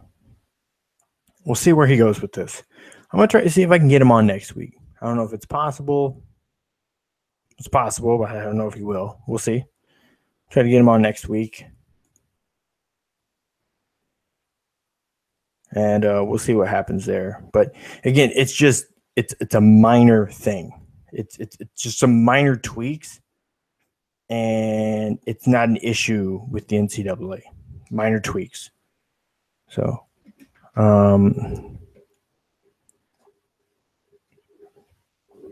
okay, yeah, I'm not gonna get spark that debate. I'm gonna address it once, really quick. This is why they should pay them. I'm getting a lot of that. This is why they should get paid. Yes, I agree. I am in the category of people that believe that student athletes should be able to do what he just did and make money off their likeness. That's their image. That's your likeness. Has it been elevated by playing for a school? Yes, but it's an imperfect world. Unfortunately, for college basketball and football, wrestling, volleyball, softball, baseball, let's see what else. Basically all sports that aren't boxing, mixed martial arts. Let's see what else. Any other kind of like winter Olympic sports? Yeah. There's no platform for it.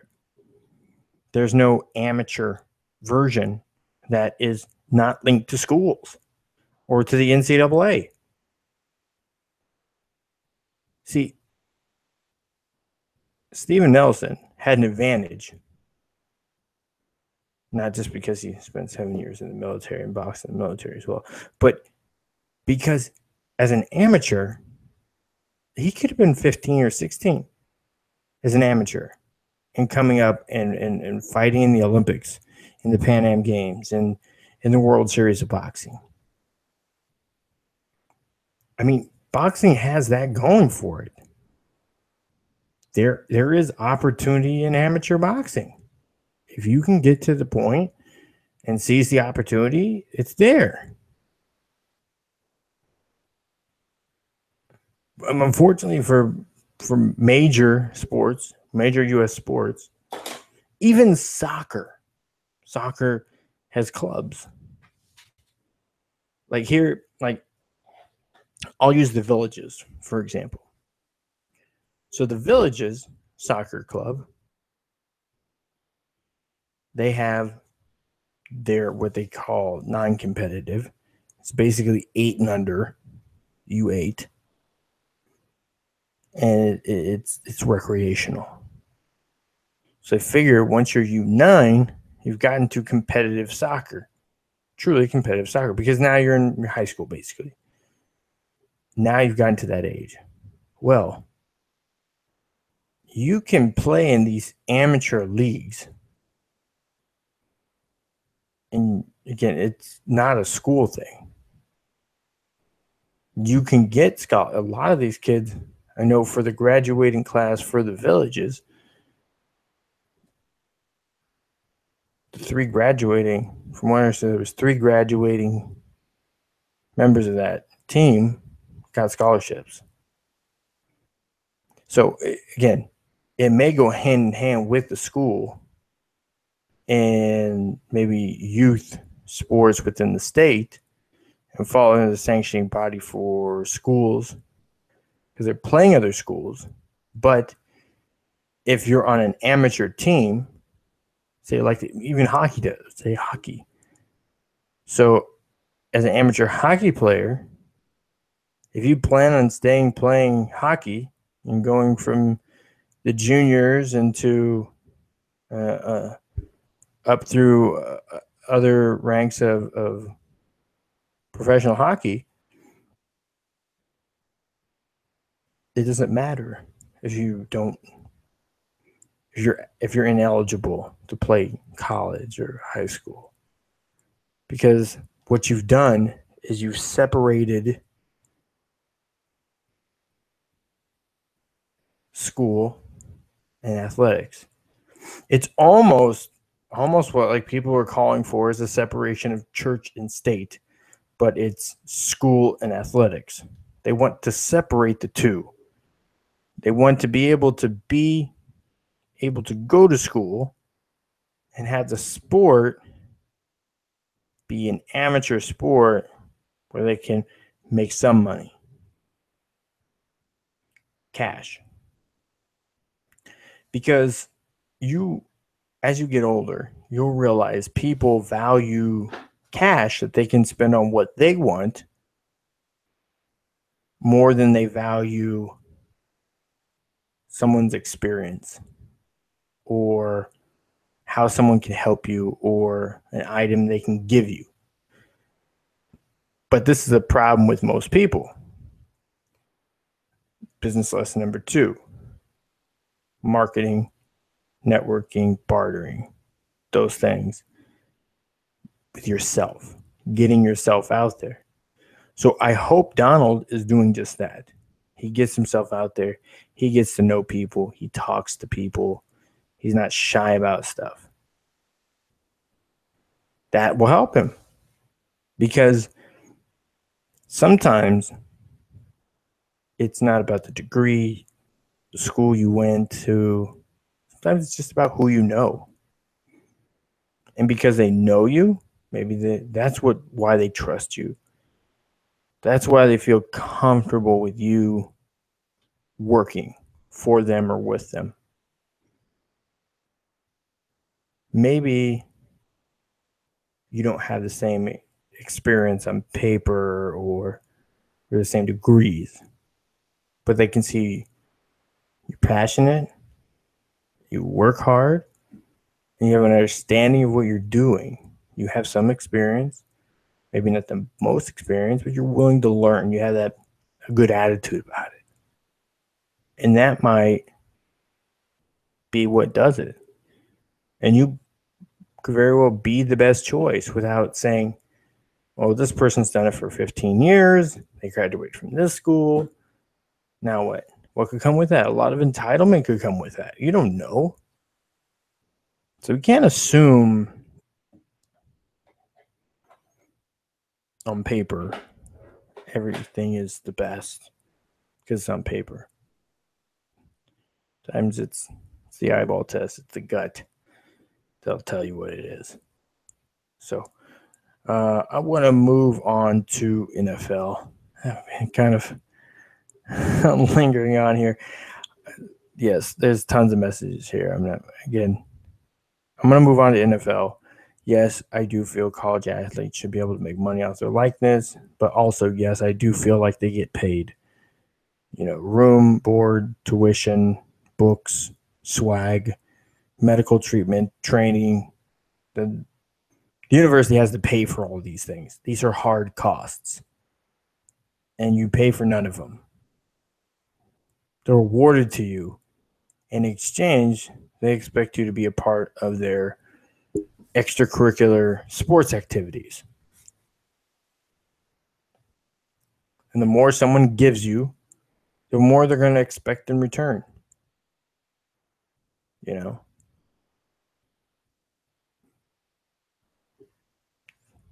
They say, how's the old adage go? More is given, more is asked. Does it go something like that?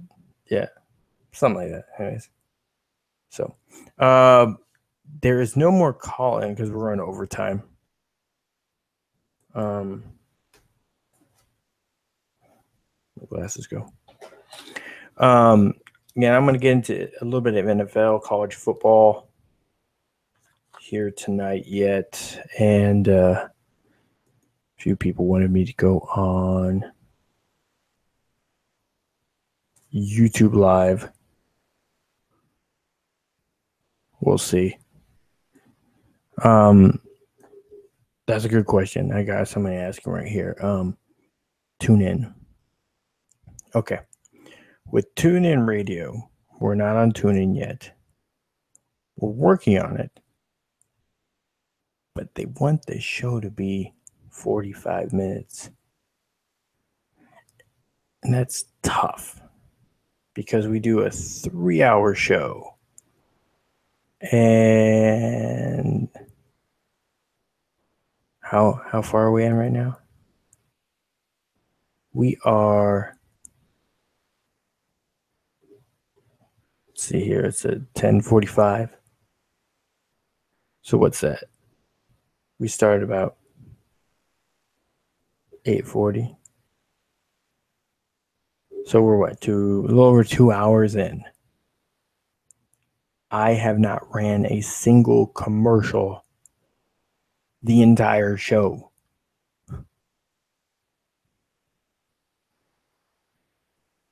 It's tough.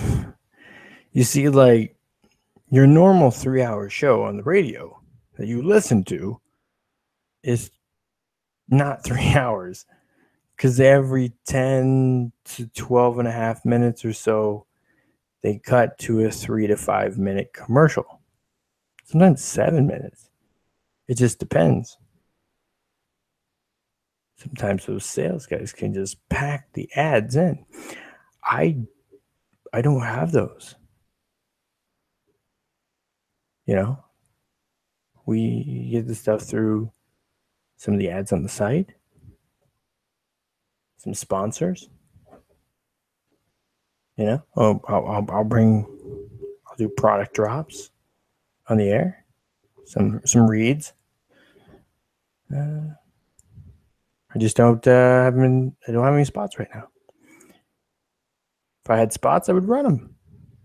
But still, a couple months ago, I broke some ties with some of the sponsors. I don't feel that we were getting. Again, sponsors go two ways. The whole marketing game is two ways. I'm gonna look for something out of sponsors as much as they're gonna look for something out of me. I'll put your product out there, and I'll make it known on the air or in person, but it has to be filling the product too. So it's not just going to be anything. I'm not just going to say, you should try everything. Anything that somebody wants to pay me to talk about. I'm not going to do that. It's generally stuff that I've used or somebody's given to me, and I tried it and I liked it. So, but if I'm not getting something in return, like, for example, there's one way that one of the ways an affiliate way.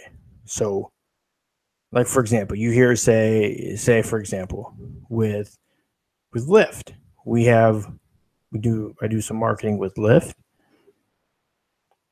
So if you go to that ad for Lyft, you get $5 for downloading the app towards your first ride.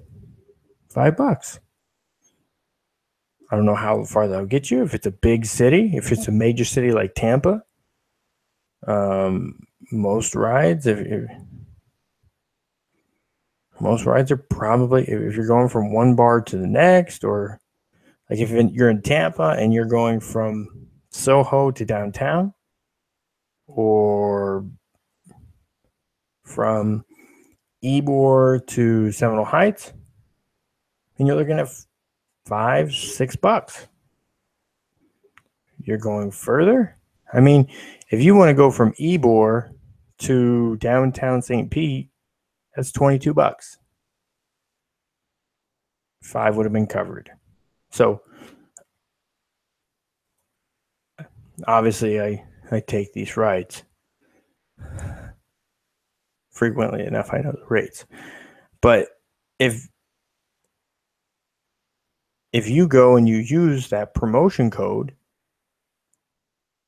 that'll help pay our bills because we'll get a kickback for you using our code.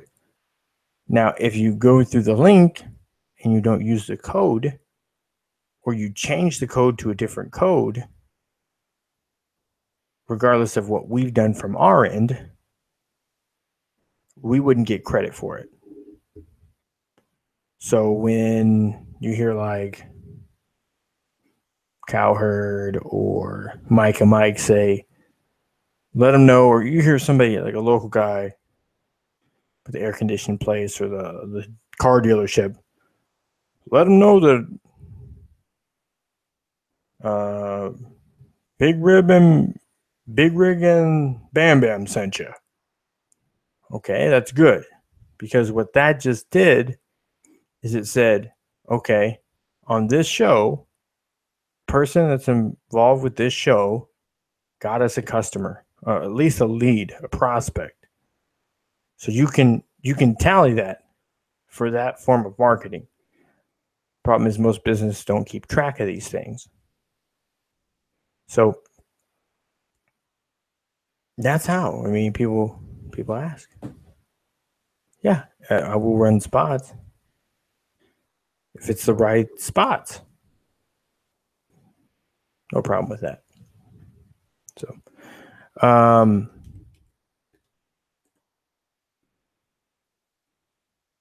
yes, monetizing YouTube.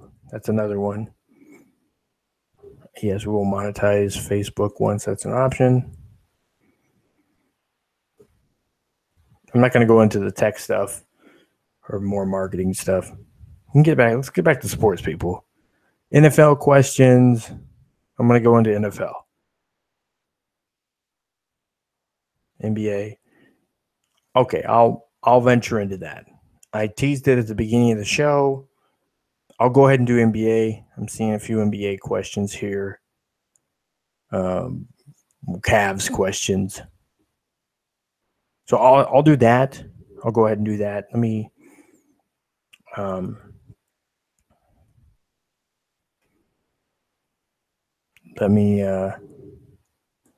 welcome the YouTube people in real quick.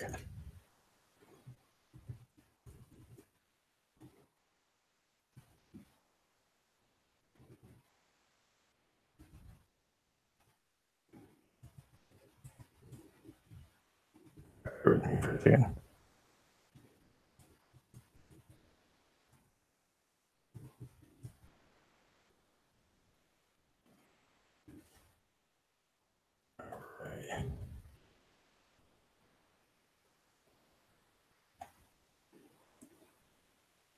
I don't know why that's not working.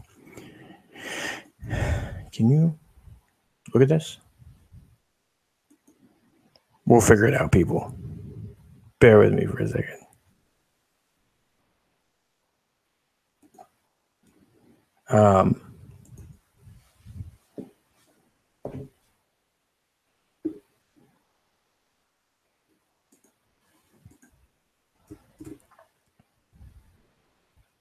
There we go. Perfect. It's backwards. Okay. So I want to welcome everybody in to the overtime segment. I see now we're over on Facebook Live as well. This is all backwards. I don't like that. Thank you for tuning in. We're doing the first ever overtime segment on Facebook. We had Steven So-Called Nelson, Undefeated Light Heavyweight boxer, on earlier tonight. Great segment. He was on for over a half hour. So he was just finishing up the last run. He's preparing for a fight here in 18 days. He's on the undercard for Terrence Crawford. They'll be fighting at the Pinnacle Bank Arena in Lincoln, Nebraska. Terrence Crawford will be looking to unify and capture basically every super lightweight or light welterweight, whatever you want to call it, 140-pound belt in boxing. Undefeated, undisputed is really where he's headed there. So if you want to message over on Facebook, feel free to do so. There's no more call-ins. We are on the overtime segment on Blog Talk, so we can't get any more call-ins after that. You can listen over on the Spreaker app. That's Spreaker, speaker with a R, Spreaker, Spreaker. And the show will be available over on YouTube and SoundCloud at the end of the show. And we have a little over a half hour left, and I've got some messages here and a few people wanting to talk about the situation with Kyrie and the Cavaliers. Now, I've talked at length for several months now about the situation in Cleveland.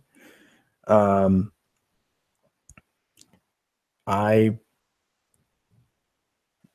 suspected that this was going to happen with Kyrie wanting out again. Part of the reason is because he wanted out before his rookie deal. He wanted out after the title last year, and he wants out this year. He wasn't thrilled that LeBron came back to begin with to Cleveland. He took advantage of what he could, and he had 3 and 2 years left on his contract when he wanted to be traded. And according to a source of mine, that because a lot of people were, because it came out that he went to the front office and said, I wanted to be traded before all these major trades went down. Moving Jimmy Butler to Minnesota, seeing Paul George go to OKC, and seeing Chris Paul going to Houston being the major ones. So he went to him again, essentially, while David Griffin was still the general manager. From my sources, I've understood that David Griffin was in talks of trading Kyrie Irving to the Suns. That this sort of action was in the works. So that kind of plays against some of the narrative that they thought it was just posturing. Maybe some of it was seen as just posturing by ownership, but Griff was actually talking about trading Kyrie to the Suns. His contract was up at the end of July, and he couldn't come to terms with ownership. From what we know now, they lowballed him in the number. They didn't want to pay him as a general manager that has went to 3 straight NBA finals, have won a title, and has been able to procure and secure the major talent that they have on the team. Again, we know LeBron has taken shots at the front office, saying that they need more, they need more, they need more. And it's funny. The guy that they want more sounds like Andrew Wiggins. Kind of sounds like what he wants. But LeBron in his letter coming home made it very clear that's not what he was looking for. The Cleveland Cavaliers have struggled. No, I'm sorry. They haven't struggled. They have failed miserably every single year to bring in free agent talent to Cleveland. any sort of meaningful level star, all-star, free agent, they haven't been able to bring in. The guys that you see at the top guys on their team, outside of LeBron, have all been guys that they've acquired through trade. Maybe they kept them as they went into free agency, but they didn't bring them in through free agency. Kyrie is truly first star athlete that we know of that has shown the desire to not want to play with LeBron. Maybe Dwayne Wade had some of that reluctance as well at times when LeBron came to Miami, but he was winning titles again, and he was coming towards the end of his career. So you get wiser, and sometimes you realize this may be the best that I'm going to get. This is as good as it gets, and I need to appreciate what I have, you know? Maybe that's why Dwayne Wade got married. Maybe that's why him and Gabby got married. I don't know. That's the good as it's going to get for him. Maybe that's what he feels like. She's the right one. It's as good as it gets. I don't know.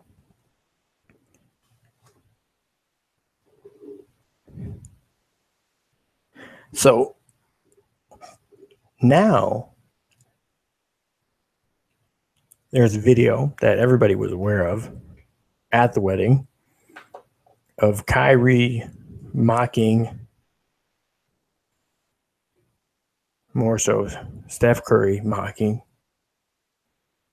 LeBron James at this wedding.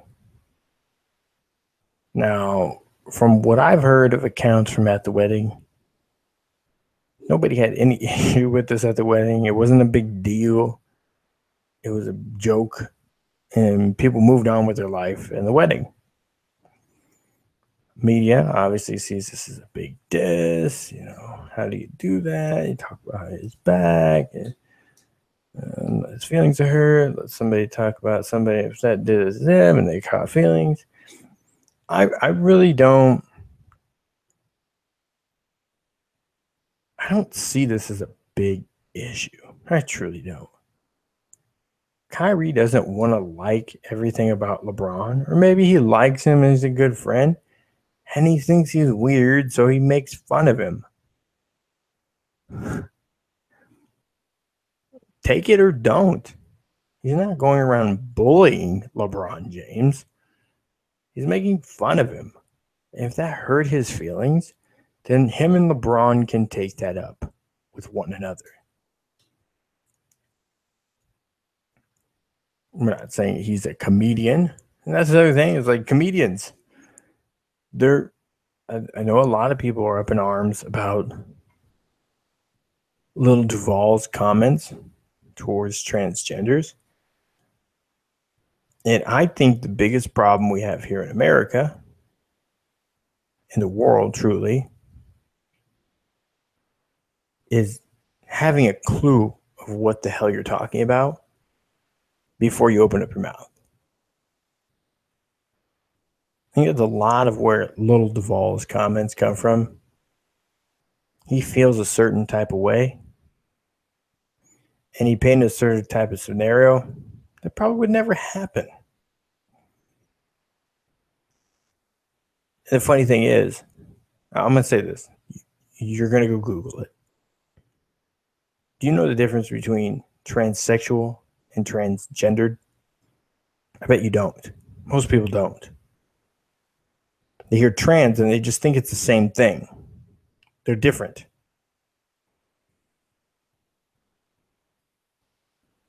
Does somebody know what it means for somebody to identify as queer? Most people don't. A lot of people don't care. That's the other part of it. When you openly don't care, they feel that it is demeaning to their cause, to what they care about. So, I mean, there's simple things. I mean, we're not asking, again, I know there's some people like, I don't want to know how to change a tire. I'll just call AAA and wait. I know those people. I'm friends with some of those people.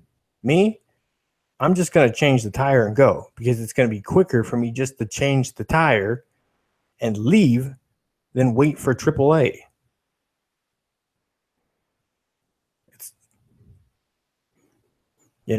That's quicker for me to do that. To pop the trunk, get the stuff out, loosen the lugs, jack it up, remove them, remove the tire, put the donut on, put the lugs back on. Tighten, torque, bounce. Like that. This doesn't take me very long to do. So I will change my own tire. Some people don't want to do that. They'll just call AAA. They don't want to know how to do it, and that's fine. They don't have to. And for those of you that don't know the difference between transsexual and transgender, and you don't care to know, that's fine. But educating yourself on anything is not going to be a bad thing. So it's simple. You Google it. You see the difference. Some people don't want to know the difference between then and than, or when to use and an, or your and your. One is a conjunction for you are. The other one is possessive for something that is belonging to you. Okay, anyways.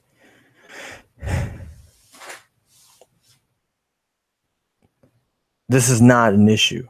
Truly it isn't. It's something to talk about. It's something that's entertaining to put yourself in that situation. But let's not go reality TV on this thing and think it's, oh, how is this going to disturb the way the house is? It's not like the Cavs live in this giant house, this mansion together, and it's like some sort of bad chicks or bad girls club. Is that what it's called? Bad girls? Yeah, bad girls club. Yeah. So it's not like it's bad girls club. So it's a professional basketball team. Guys argue and don't get along all the time in professional sports. All the time in business, any job. I mean, every job you go to, you're gonna have that. There's that one guy that you don't like, or the girl you don't like for whatever reason, or maybe you don't dislike them, but they just don't like you. It's like, what the hell did I do to you? I'm a fairly likable person, and you seem to have a problem with me. I don't know why. I see you've blocked me on Twitter. What did I do to get blocked on Twitter? And the funny thing is, like, you find that like 2 years after your most recent interaction. And it's like, did they just do that? Or was this done a while ago? What happened? I don't know. That's weird. I had that one happen. I'm not going to say who. No. It's not fair to them.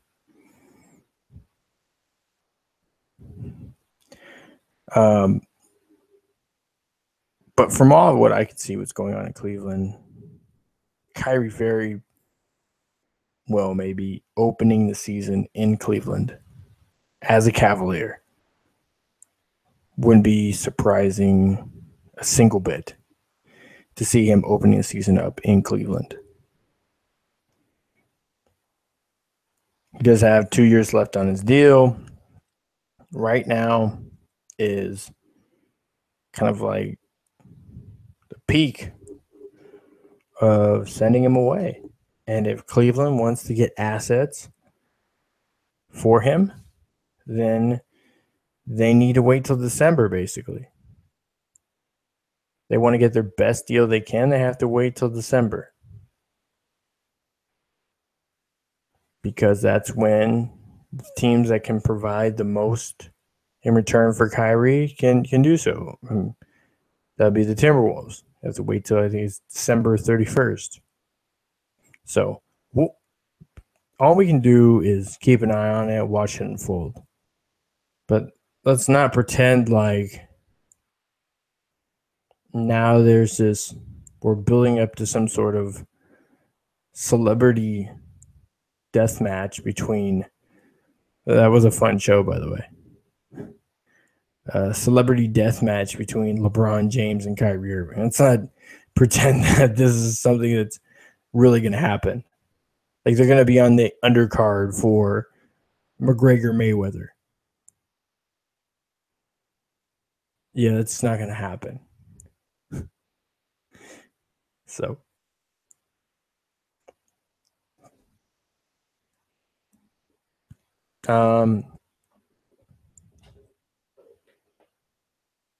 see, it's more NFL questions here. The Bucks. What's my take on the Bucks? That's interesting. Being in the Tampa area, I get quite a few people that will reach out to me about the Bucks and my take on the Buccaneers. It's a pretty interesting situation, to put it in the lightest way, because on one hand, you have a team on offense and defense that is so much more talented this year than they have been in past years, but it hasn't really registered so much with people picking teams that makes the playoffs. I mean, I see 10, 11 win Bucks predictions and then making the playoffs. But I don't see most of them like that. And I don't know why, but people seem to be up on the Bucks while being down on the Bucks. It's really weird. You know, the league is selling them short because it's outside of a game with New England and the Monday night game that everybody gets. You know, New England game's a Thursday night game, which they have not historically done well at. But everything's in their early games. They don't have any 4:00 games. They don't have any primetime Sunday games. I mean, they could get bumped. They could bump them up. And that's probably when the Bucks start performing, more so outperforming what the skeptics think. And at the league, then you'll see them get bumped up into better time slots. But when you get put on in the early games, that's the league saying, we're not confident that you can get ratings otherwise. You're going to make us as much money as we could. And it's funny because people keep saying Tampa is a small market. What? I still don't get that. For those of you out there calling Tampa, the Tampa Bay area, a small market, please message me, call me, tweet at me, explain what you mean. I mean, they're the largest market currently for television and radio in Florida. and their top 16, top 15 to 20 in television and radio nationally. So when you say that they're a small market, what are you comparing it to? New York? Yeah. Everybody's a smaller market than New York. LA? Yeah. Houston? Yeah. Atlanta? Yeah. Chicago? I mean, you got New York, Los Angeles, Chicago, Houston, Atlanta. Then you got San Francisco.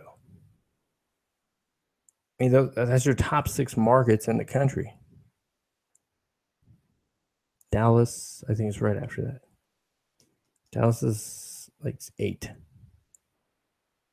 7 or 8 or something. Yeah. Dallas, Fort Worth. So, what are you comparing it to?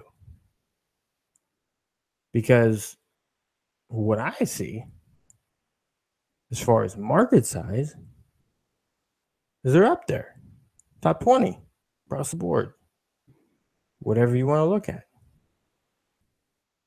So don't say it's a small market team. What you're trying to say is you don't think the fans are going to show up on TV or at the game. And you're worried about them not showing up at the game and it looking empty, which looks bad for business. And yes, 2 years in a row, the Bucks ticket prices have went up. But they've gotten better. They've spent more money. They've picked up additional free agents. So you can't say that the Bucks are quiet free agency. Even the Rays made a couple moves in free agency. They seem to be trying to make it. I mean, they didn't make the moves the Yankees made. The Yankees said, I'm going to go all in. But first, I'd like to buy more chips. Brian Cashman of the New York Yankees said, yes, sir, I'd like to buy 100,000 more in chips. And now I would like to go all in. Sir, you have 300,000 in chips. I know. But I'd like 100,000 more. I want to staple that point and send it home. Just like that. So he bought more chips than went all in. Like, how New York Yankees is that? They're building through their farm system. And then they're kind of giving some of them away for pieces. We'll see. We'll see how it works out. Again, the crazy thing is about, I know people get so upset with Major League Baseball and there's no trade, there's no cap. But having the highest paid roster doesn't mean you have the best team. And at the end of the day, they all have to go out on the field and play the game. They have to execute, and they have to work together. And if they can't figure out the chemistry and they can't get talent to mesh with fluidity, with synergy, it just doesn't work. I mean, and big difference this year, the Rays have a small revenue roster, right? It's fine, but a lot of people are producing or outproducing where their current contracts are. People are hitting home runs, among top in Major League Baseball in home runs and runs driven in. I mean, just yesterday, I believe there were 2.5 out of the wild card and 3.5 out of first place in the East. A team that, frankly, people would wonder if they would get to 80 wins. I think they got 70 last year. 69, 70. They barely got that. I think they were almost a 500 club last year. And there was at times when they were pulling and pushing that they looked good. And I know they were in first place for a little while during the season, last season. So this shouldn't be too big of a surprise to many people that follow. Again, if you follow a sport and you can see things happen, seeing things mature and develop shouldn't seem that odd. Again, if you see those things, you're not a casual fan, typically, either. So, yeah. So with the Bucks, yeah, I think people are selling them short. But I'd put them closer to the 10, 11 win mark. And let's not. And I see who was that? Who was it that did that? That had the Patriots going undefeated to the Super Bowl. Yeah. Let's not just pretend that the Bucks are going to give the Patriots that game. It's in Tampa. First of all, it's in Tampa. And we're talking about a good defense and a good offense on both sides of the ball for both teams. So you can't sit here and tell me that now that Jameis Winston has a legitimate speed threat with Deshaun Jackson, that he has 2 tight ends to throw to, that he has Mike Evans, 2-time Pro Bowl wide receiver, that having new weapons in the slot, and I mean, they're about 4 deep at wide receiver. 3 to 4 deep at wide receiver. They're going to be able to chuck the ball around the yard. And by the way, Doug Martin isn't even guaranteed to be the starter. That's the thing. Like, he's come back with a vengeance. But he's not even guaranteed to be the starter. And he was the guy that they're paying. The 3rd highest paid at the position. Again, none of that's guaranteed anymore. Yeah. They can just let him walk or trade him away. So that's the crazy thing. So many people are like, you gotta get rid of him, all the money. Yeah. Why? If you signed a 4 or 5 year deal with a guy for big money, and he just lost all of his guarantees because he effed up, you're going to be selling at the bottom. You keep him. And you let him ball out. And even if, just think about it, if he starts his season off and he just looks like a Pro Bowler, and maybe he ends up being a Pro Bowler,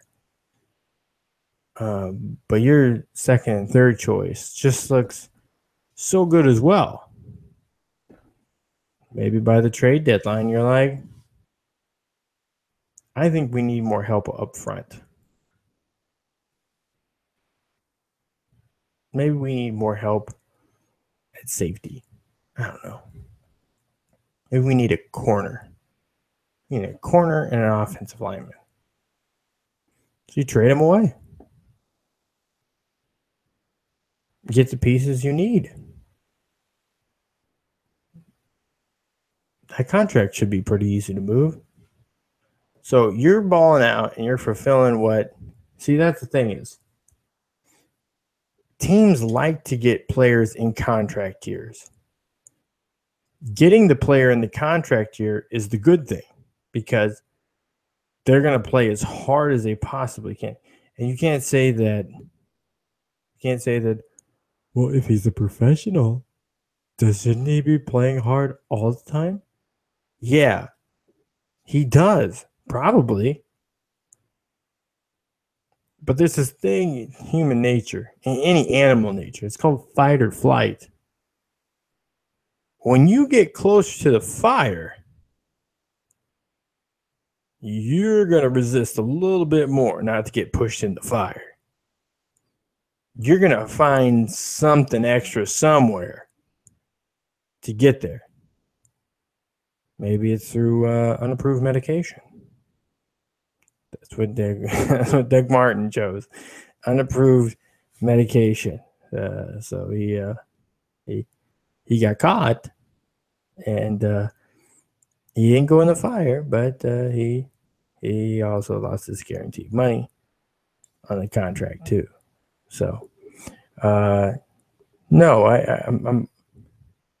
I'm more of a buy on the Bucks. I see the 10-11 win season, not a surprise at all. All right, let me see a few more questions here. You're gonna give me a tweet? No, we're good with that.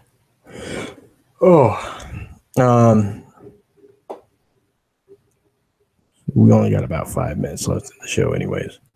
Yeah. So what I'm going to do, we'll save college football for next week. Yeah. I got a few people that I know you're wanting to get into college football. A lot of the national guys are starting to talk about it. Your local guys have been talking about it for a month already. We'll get into college football. Hopefully, Kevin Crest will be back next week, and we'll get to chop it up a bit more with college football there. I just wanted to hit on this week because I talked to Steven Nelson, and I was able to get him on.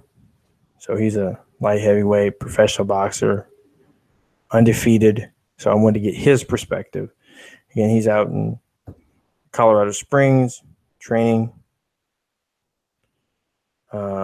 with Brian McGinnis, who I think is probably I've nominated for Trainer of the Year. He also trains Terrence Bud Crawford, so he's out there training with Terrence. Jamal Herring was out there. I saw some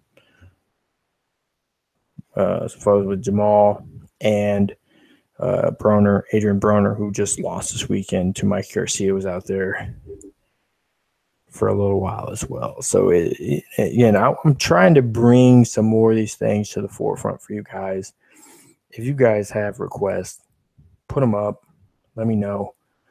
I definitely want to get into whatever topic interests people.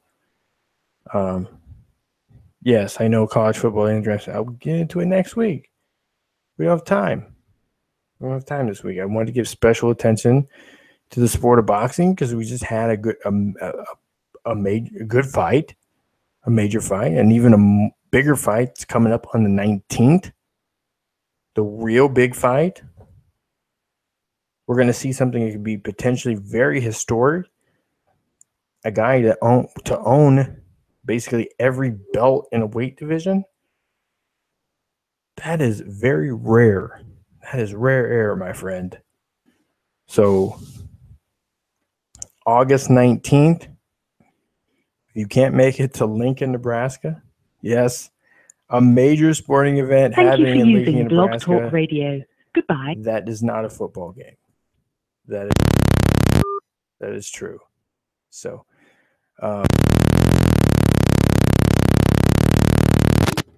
that's all we got for tonight here on the Cold Hard Truth on Sports. I appreciate all of you tuning in. We seem to have a few people over there testing out the YouTube live thing. So we'll try it again next week. We'll for the next few weeks, see how it works. All of you over on YouTube, thank you. If you haven't been over to YouTube, go over to YouTube, subscribe to YouTube channels. For all of you listening on Spreaker, SoundCloud, Blog Talk Radio, all the channels that were simulcasted or syndicated on, appreciate all of you for listening in. Share it with your friends, share it with your family, share it with your coworkers. And we appreciate it. So I'm out for this week. Peace.